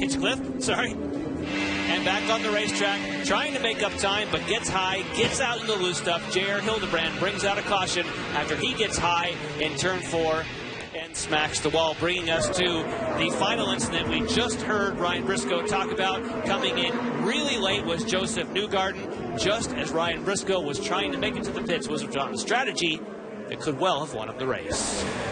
Here's Kevin with Joseph Newgarden. All right, Joseph, we'll show the replay here again in a second. Ryan Briscoe said that he was getting ready to pit. You were on pressure tires a little bit quicker, but that was just too late to try to make a dive down there at the inside. How did you see it? And watch here on the replay. Well, I don't know. I mean, I you know, Briscoe and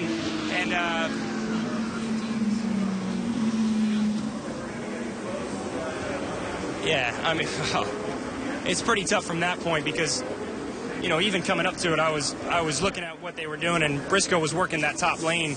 You know, it just seemed like he wanted to be up in the middle of the top, and, you know, that was fine. So, you know, I decided, well, we're going to go low, and he had such a difference in speed, really. Is, you know, I went low on the entry, and then he kind of slowed down, and then started coming low as well. And I actually tried to get out of it because he started coming low, and I mean, I couldn't even get out of it in time. I tried to go below the yellow to avoid it and even brake, and, you know, there was just not enough there, really. So, you know, really caught me off guard, too. I was not trying to do anything silly or rushed. I think the race was really coming to us, and was trying to be real methodical about everything we were doing. And, you know, it's a shame for it to end that way. I think we had a really strong car coming to us during the race for Sarah Fisher-Hartman Racing, and, you know, for it to end like that, I know everyone's pretty disappointed, including me. So.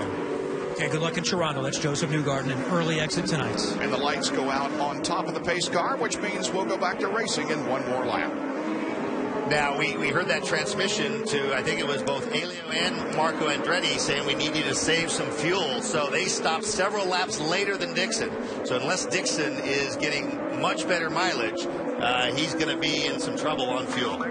Ed Carpenter is to the outside of Scott Dixon. However, Carpenter is the first car on the not on the lead lap in 11th position. 10 on the lead lap, and here we go once again. I love these restarts. Wow, there's a restart for you. 3 wide. And Carpenter tries to get his lap back. Tagliani has also lost. Oh, my. Oh, and Hinchcliffe is in the fence.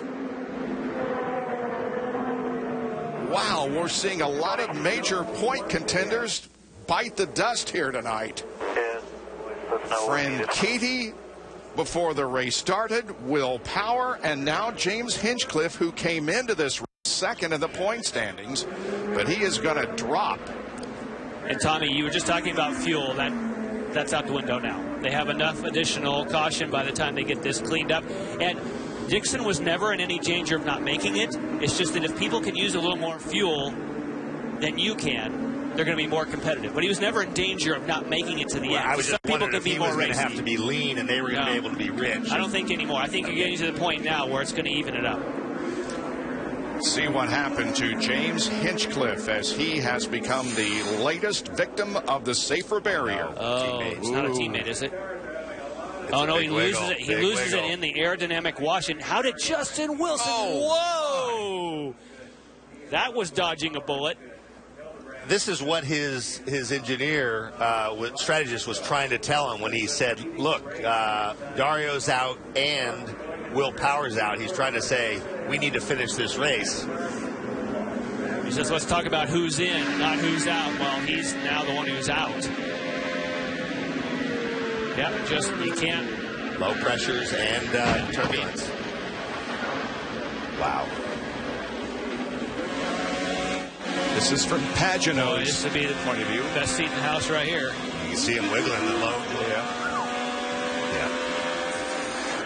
Saw Pagano immediately. But you see how fast? See how fast those caution lights came on the dash and the back of the cars. I mean, he was just starting to rotate. Boy, they let everybody know. Didn't take any time, like wiping his brow. Phew, that was close. He was immediately going to the fuel knob to go to the yellow setting. Yeah.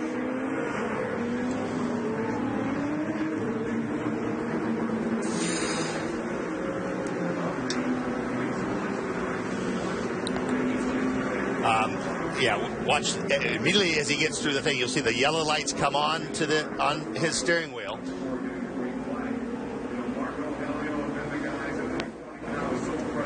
And as soon as you start seeing the lights start going on the dash, and just like you see right there, there is where he gets right down.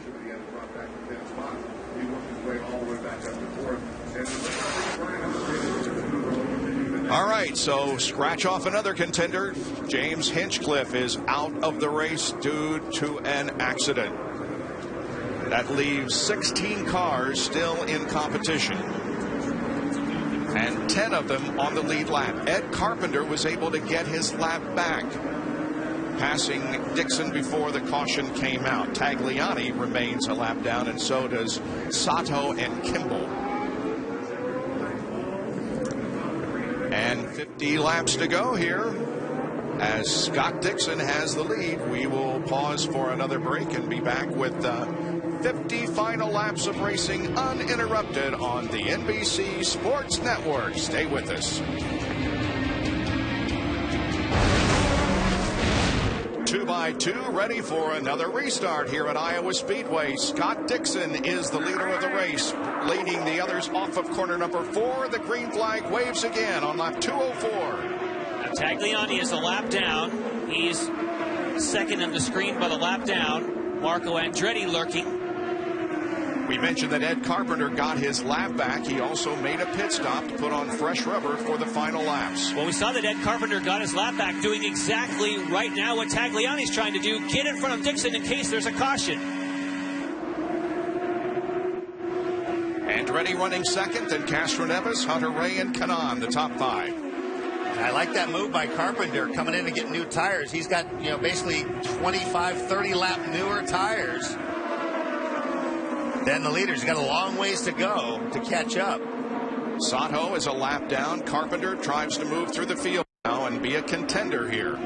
By the way, James Hinchcliffe, who crashed out a few laps ago, was leading the A.J. Foyt Oval Championship coming into tonight's race. And the IndyCar officials have announced that this year the Oval Track Championship will be determined in the final Oval Track race at Fontana in September, or the scheduled final race of the year.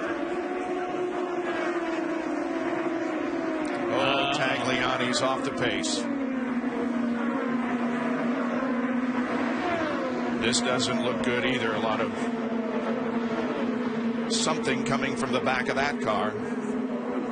Will it be enough for a caution? Well, off the racetrack, down on the apron of the racetrack. I think what you saw was things being kicked up from the track rather than coming from the car. Well, he's going to stop. We're going to get a caution. And we will undoubtedly get a caution. Well, he kind of pulled over. He pulled away. The where he pulled in, he kind of pulled away where there's a break in the wall, so they might get away with that. Here's a battle for 4th position. Ryan Hunter-Reay and Tony Kanaan. Kanaan looks high. No room up there. And what he's trying to do is he's trying to get far enough so that Hunter-Reay's spotter tells him outside. Meanwhile, here's Wilson. He's trying to take the spot from TK. As Pagano looks on. Boy, Pagano has just been incredible tonight. Yeah, Bob, don't forget, Pagano started 25th. He's had no DNFs all season. He's finished all but 2 laps. His girlfriend's father passed away a few days ago. They were close. He's driving a great race. Sure is. He has completed 99.8% of the laps so far this year. One more than Elio Castroneves. And we've seen the best guys in this era of IndyCar racing make mistakes, take himself out of races. For a rookie to be that precise and that with as many variables and curveballs they've had thrown at him, Dario said it best. He says he is the real deal. Yep. Pagano has gained the most positions from the start of the race. Kanaan has gained 14 and Rahal 11. Rahal is currently 9th. This is Pagano and Wilson, 6th and 7th. We have had 8 leaders and 11 lead changes, and that equals the record for most leaders.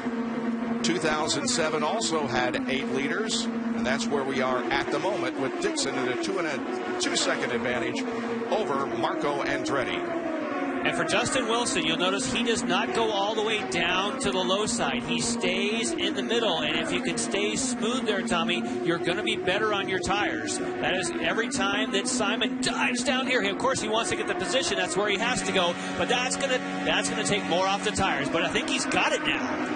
Well, that was one of the things that Dario said is, and it makes sense if Wilson ran there the whole time in Texas, why he was so good late in the run. Dario says there's no magic about it. You turn the steering wheel less, and the balance of the car changes a little bit more, a little bit looser generally up top. While we're watching this battle, I'm dying to know if Dixon has enough fuel. Townsend? I think he's going to be okay, but I'm going to go down and find out and check for you. You know, if he doesn't have enough, then Marco should be in trouble too, right? Well, Marco stopped. Those guys stopped a few laps later because he pitted under green, and then they got the yellow right after that. So they've got a few more laps of fuel. Obviously, the difference between Chevy and Honda. Yeah, Dixon pitted on lap 176 and Andretti on lap 182. Now, the other thing that Dario said, the last thing he left, before he left, he said, I want to tell you, I'll be the first one to tell you, Dixie's car is starting to look good. He was noticing how low Scott was able to keep his car. And look at this, Catherine going 3 wide. Catherine around Simona, right as Marco is coming around her. Andretti is within a half a second of Dixon. Now, I can tell you the answer on Scott Dixon. Scott Dixon can't, we talked about this a little bit during the break. Scott Dixon can definitely make it to the end, but he may not. And here's another move. Ryan Hunter-Reay on the low side of Castro Neves. But the case for Dixon, he can definitely get to the end, but those who stop later could be a little more racy, using a little more fuel if they had to. I guess John, I just went down and talked to Chip Ganassi, and I asked him, you guys okay on fuel? And he couldn't have been any cooler. He just said absolutely. Yeah, they're fine. Good stuff going out there on the racetrack. Here's Pagano to the inside of Wilson. We'll watch the activity as we talk to James Hinchcliffe, Robin. Hinch, the in-car camera thing looks like it snapped on you. Yeah, I mean, you know, on the restart there, we'd been understeering all night, which is sort of the weird thing about it. And we'd put a little bit of wing in at the stop, and I don't know, man. It's just one of those things in the dirty air there. You know, I think I was behind Ryan, and maybe Catherine was in front, and the car had been running better on the bottom almost all night. You know, I wasn't able to run that high line like a lot of guys were, and sort of stuck it down there, trying to follow Catherine through. Snap one, snap twice, almost caught it, and went around. It's a kick in the pants, man. This late in the race, and you know, the run that we've finishes that we've been having, it really sucks. I feel bad for the GoDaddy guys. Obviously, the cars are running well. I think Marco's got a good shot at winning this thing, so I just feel bad for everybody in the team. All right, thanks, kid. Marco's gaining on Dixon, and we just saw Pagano sweep by Justin Wilson. Yep. Good stuff out there on the track, and you're right. Marco Andretti is within just a few car lengths of Scott Dixon. This kid likes this track. Finished everywhere on the podium, including a win last year. There goes Kanan. Kanan moves to fourth around Castro Neves. And here comes Pagano. Wow. And this would be perfect timing for him because Castro Neves would have lost a little momentum, and he gets him.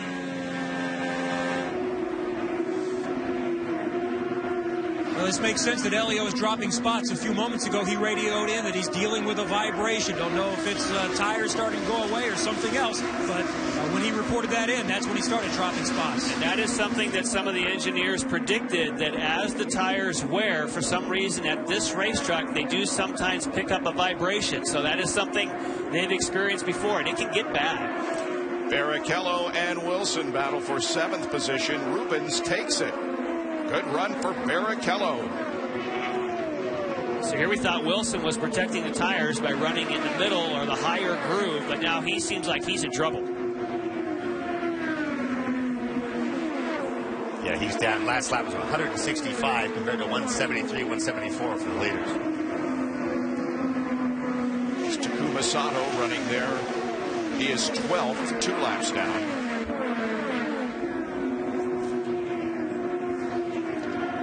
So the laps click away, just 20 to go now. There is Ed Carpenter, who's come up to 9th. Oh, look at Ryan Hunter-Reay. That's for position. Look at the run he has on his teammate. He's going after Marco. And he's not going to be able to do it, but there are the top 3 right there, close together within a half a second of each other. Oh, Marco's going to be on the radio again. What are my teammates doing? Well, they're taking your second spot is what they're doing. Oh, slide job. That's almost exactly what Marco did to Kanan last year, but they were not teammates. Good side-by-side racing for second spot. Marco gets it back. Yeah. That's why you got to stay with it. If you just tuned into this race and didn't know a lot about racing, Marco Andretti, he's an Andretti. He must run up front all the time. Put in perspective, he's only had 1 podium since his win here last year. He just lost that spot that time. And Pagano and Kanaan race on the right side of your screen. You know why those teammates fight on the left side of the screen? That's letting Dixon get away. Dixon, if he sees that in the mirror, he'll be like, yeah, come on, guys, fight it out, because that's giving me a gap.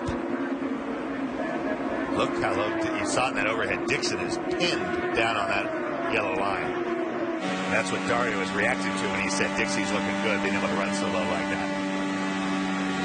We talked a lot in the pre-race show about the penalty that he received in Milwaukee. If he stays where he is, he can essentially, that memory will be erased. Because he's got an opportunity, as we already talked about, to take the lead in the championship if all stays as it is at the moment. You tuned in to the NBC Sports Network tonight for racing, and we have got even more after this. The Firestone Indy Lights race was not conducted prior to the IndyCar race. It will be run after this race. Oh, here we go, Bob. Live in a battle for the lead as Ryan Hunter-Reay gets it. Wow, just blew by him. Looking for his second victory in a row, and now Andretti and Dixon are battling for second spot. Yeah, once you lose momentum, Scott Dixon's just hanging on. And Andretti will go to second. He's grabbing gears all over the place. Up, down, up, down, up, down, trying to work through traffic. These guys are working hard. All of this has, at the moment, put Will Power back into the points lead by 3 over Ryan Hunter-Reay. That's the kiss of death. As soon as you say, yeah, if it stays like it is, he'll be the lead of the championship. Pow, pow. He just loses 2 spots. Wow, and he got held up by Jakes.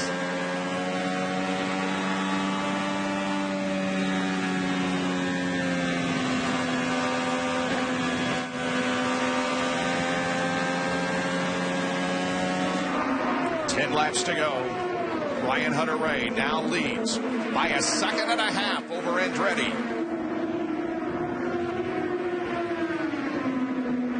Simon Pagano leading this group of cars. He is 4th. Not too far up ahead is Scott Dixon. Yeah, he's got a shot at Dixon. The way he's been running tonight. There he is.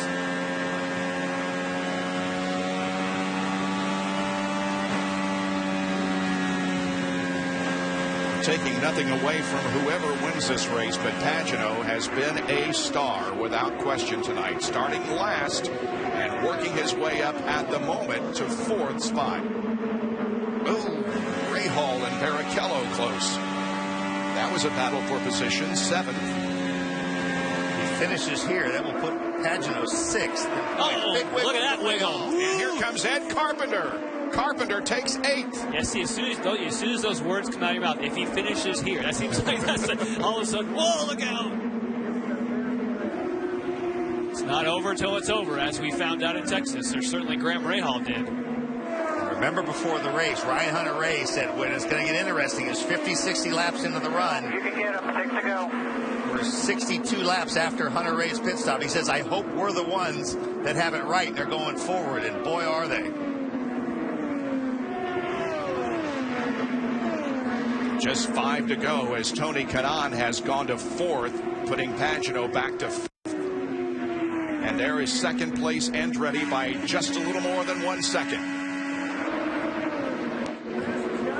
Andretti Autosport running 1st and 2nd. Now remember in the pre-race show that Ryan Hunter-Reay said our car wasn't good, and we learned what we learned and took the setup from Marco Andretti.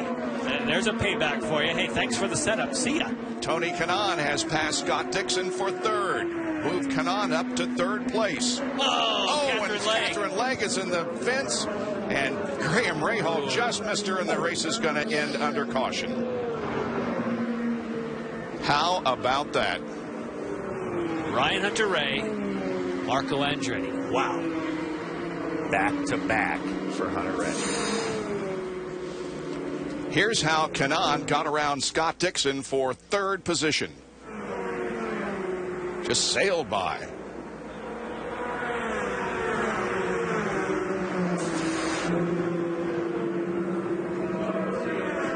And here is what has caused the 6th caution of the evening and the final one here at Iowa Speedway. Lots of sparks.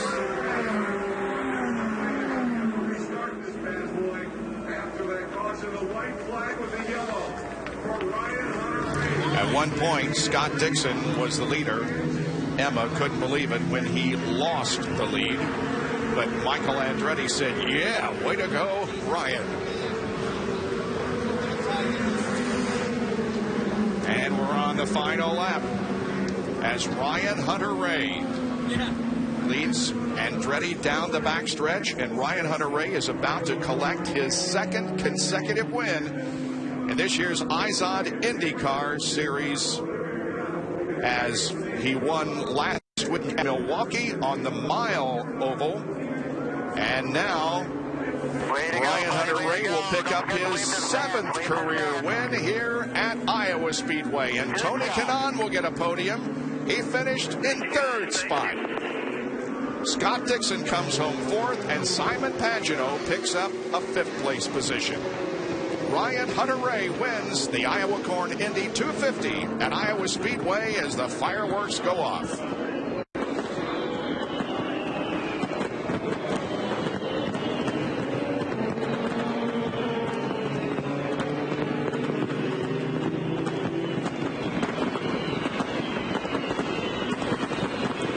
Prior to tonight, Ryan Hunter-Reay's best finish here was 8th, and he had done that in 2008, 10, and 11. Kevin? Well, Michael, last weekend in Milwaukee was just about perfect as the race promoter in a 1-3. This is just about as good, though, I would assume. It was real close. You know, if James didn't have his problem there, I think we had a shot at a 1-2-3, but we'll take 1-2. You know, the whole DHL Sundrop team did an awesome job again, doing another win right off coming off of last week, and Marco to do a great job and come up with the RC Cola car, so we're really happy. You know, they all did a great job, the whole crew.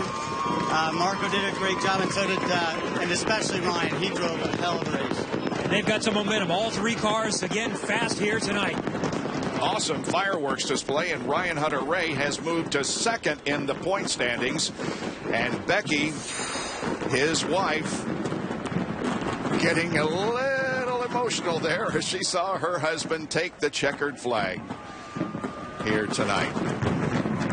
And Andretti salutes his teammate, winning the race, and Andretti finishing in 2nd spot. Ryan Hunter-Reay just 3 behind Will Power, who, despite the fact that he crashed, maintains the points lead. Scott Dixon is 3rd, 15 points behind. We will come back to Iowa Speedway in just a moment to talk with the winner, Ryan Hunter-Reay. Welcome back to Iowa. I'm standing here with Marco Andretti, man. Your best finish in quite a while now. But I heard you on the radio on the cool-down lap. You're saying, man, we got to figure out how that guy keeps beating me. You're not thinking about a top 3. You're thinking about wins. Yeah, I mean, you know, I think it's, first of all, a great team effort. It's definitely credit to the team. It's definitely a statement as well that, you know, Andretti Autosport is now the one to beat. So, you know, 2 in a row for the team, 2 in a row at Iowa. It's a good day, but for me, yeah, I'm a little disappointed to come up short. When you were out there battling back and forth, you guys were with Hinch and with Hunter-Reay, you know, heard you on the radio, a little fired up about leaving air with your teammates, giving each other room. Any major issues, or is that just tight racing in Iowa? No, I wish I can give you guys a good story, but it's you know, it's for the front, so what are you going to say? I'd race in the same way. All right, guys, well, we're back upstairs to you, Bob. All right, congratulations to Marco Andretti. Couldn't quite duplicate his feat from last year, but came home 2nd nevertheless. And now to victory lane, and Ryan Hunter-Reay as he exits the race car.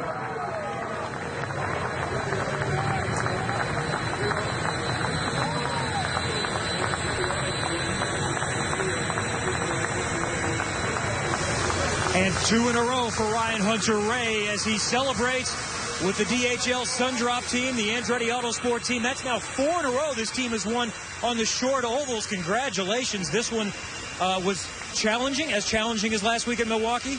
Oh, my God. That was very challenging. We were sliding around a little bit more today, but I have to thank Marco. They came here and tested. Marco put the setup on this car when we came here. We tweaked it just a little bit from there. We basically raced what he tested with. We got another win for Chevy, DHL, and Sundrop. Also, Marco and I raced really hard out there, but really clean. It's great to have a teammate like that, and we're just so happy to be in victory lane twice in a row. thank you so much to the fans for sticking around with the rain delay and everything. That's twice in a row, so love it. Thank you so much. Good racing with your teammate Marco Andretti, and then talk about the pass with Scott Dixon to get the lead late. Yeah, I was really good on the high side, just setting up traffic, and you know, I saw it coming. As the tires wore off, we were really strong, just like at Milwaukee. So a big testament to this team. These guys do a very, very good job. We keep our heads the whole weekend, and you know, like I said, Marco did an excellent job both on the track today and testing here. That's very important to come here with a really good car like that.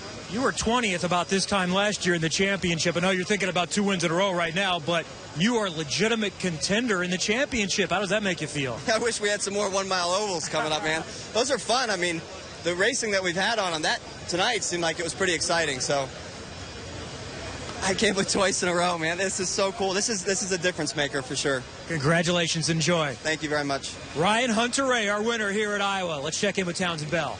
Hey, thanks, Kevin. Standing here with Scott Dixon. Came home fourth after what appeared to be a pretty smooth run at the front. What happened there towards the end? You know, I don't think the car was that great all night. You know, we definitely threw a lot at it this weekend, and you know, Eric did a great job of finding something that was comfortable to drive. But I had to push it quite hard. You know, I think the Andretti car's outright speed was definitely a bit better, and burnt the front tires off and started slipping back. But you know, we got caught up behind Jakes and Charlie there, sort of racing it out, and you know, couldn't get by them, and then Jakes let the 2 Chevys go and moved back up in front of me. So it was a bit of a long night. You know, I think we did the best that we could with strategies and the car that we had. We just needed the race to maybe be a little shorter. After the fortunes of the last 2 races on the ovals, do you come out here with a sense of a relief that you got a solid finish? Yeah, it's nice to have a car that's there at the end, and you know, we earned okay points tonight. I think we could have been a little bit better off, but you know, I think all in all with Hinch and you know, Will having a bit of a bad night has definitely helped in the points. You know, I think we're only 5 or 10 out of the lead now, which is nice. Obviously, Hunter-Reay's moved up, so looking forward to moving on to Toronto and hopefully having a good go at these 3 courses. All right, mate. Bob. Thanks, man. That's Scott Dixon, and he is currently 3rd in the point standings. That's where he came into the race and is currently where he is. However, Ryan Hunter-Reay moves up 2 to 2nd, just 3 markers behind Will Power. Elio moved up a spot. Hinchcliffe, because of the crash, lost 3 positions. Tony Kanaan also gains 1, as does Graham Rahal. He moves into the top 10 point standings. Well, last Saturday afternoon, after a rain delay in Milwaukee, Wisconsin, on the famous Milwaukee Mile, Ryan Hunter-Reay passed Elio Castroneves, and he went on to take the checkered flag to win it. And then, after about a 40-minute rain delay, here at Iowa Speedway tonight, Ryan Hunter-Reay wins, this time beating his teammate Marco Andretti across the line.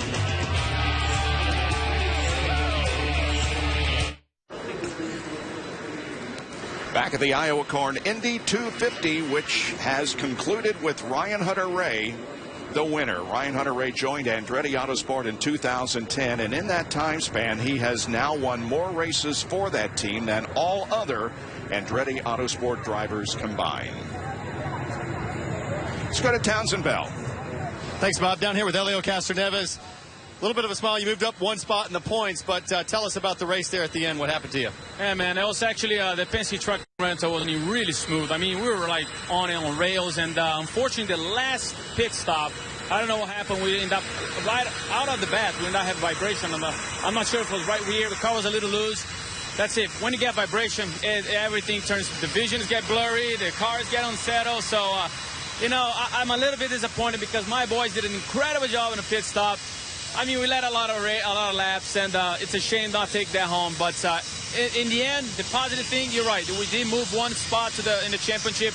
Let's keep moving forward. You've been doing this a while. Do you prefer this new format, no pack racing here at Iowa, and a lot of driving? Absolutely. I mean, as you can see, I mean, once the car goes off just a little bit, that's it. Not much you can do. And some guys from the back come forward. So this is the type of race that I think the fans enjoy. I don't know. You guys are the judge of that. But in the end of the day, I had fun.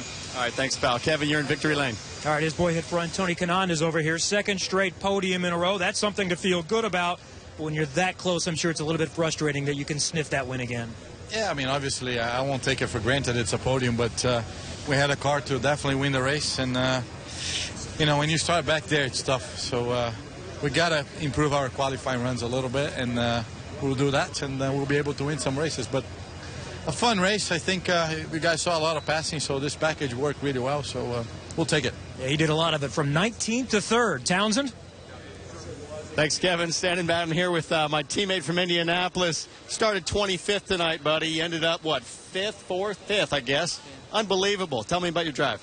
Well, Townsend, it has been an emotional weekend for me. I lost who I consider my stepdad, my dad's girlfriend, this weekend. So it has been tough. You know, it has been a really tough weekend. I'm going back to France tomorrow.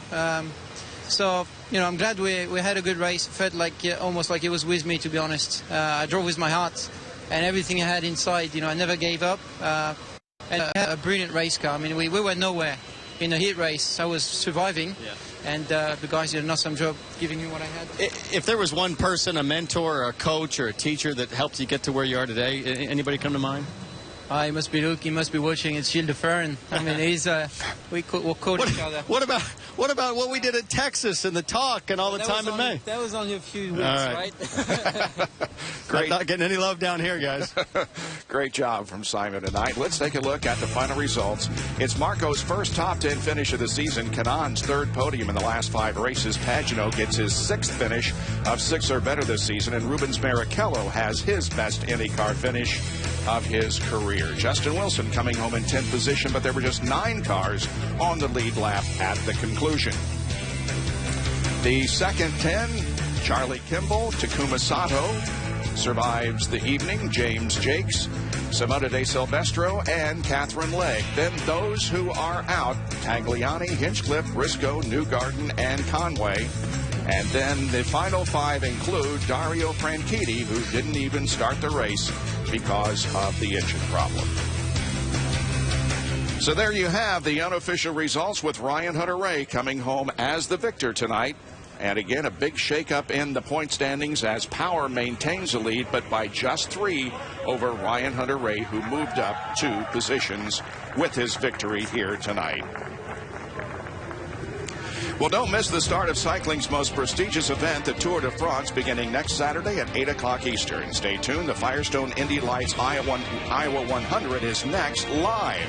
The IZOD IndyCar Series continues on the NBC Sports Network from Edmonton City Center, Sunday, July 22nd at 12:30 Eastern. For more information on the IZOD IndyCar Series, log on to NBCSports.com. Congratulations to Ryan Hunter-Reay, who wins tonight.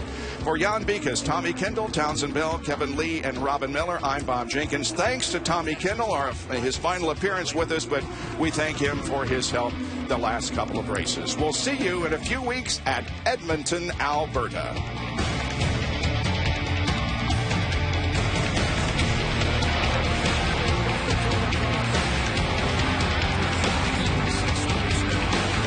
Watching this presentation of the IZOD IndyCar Series.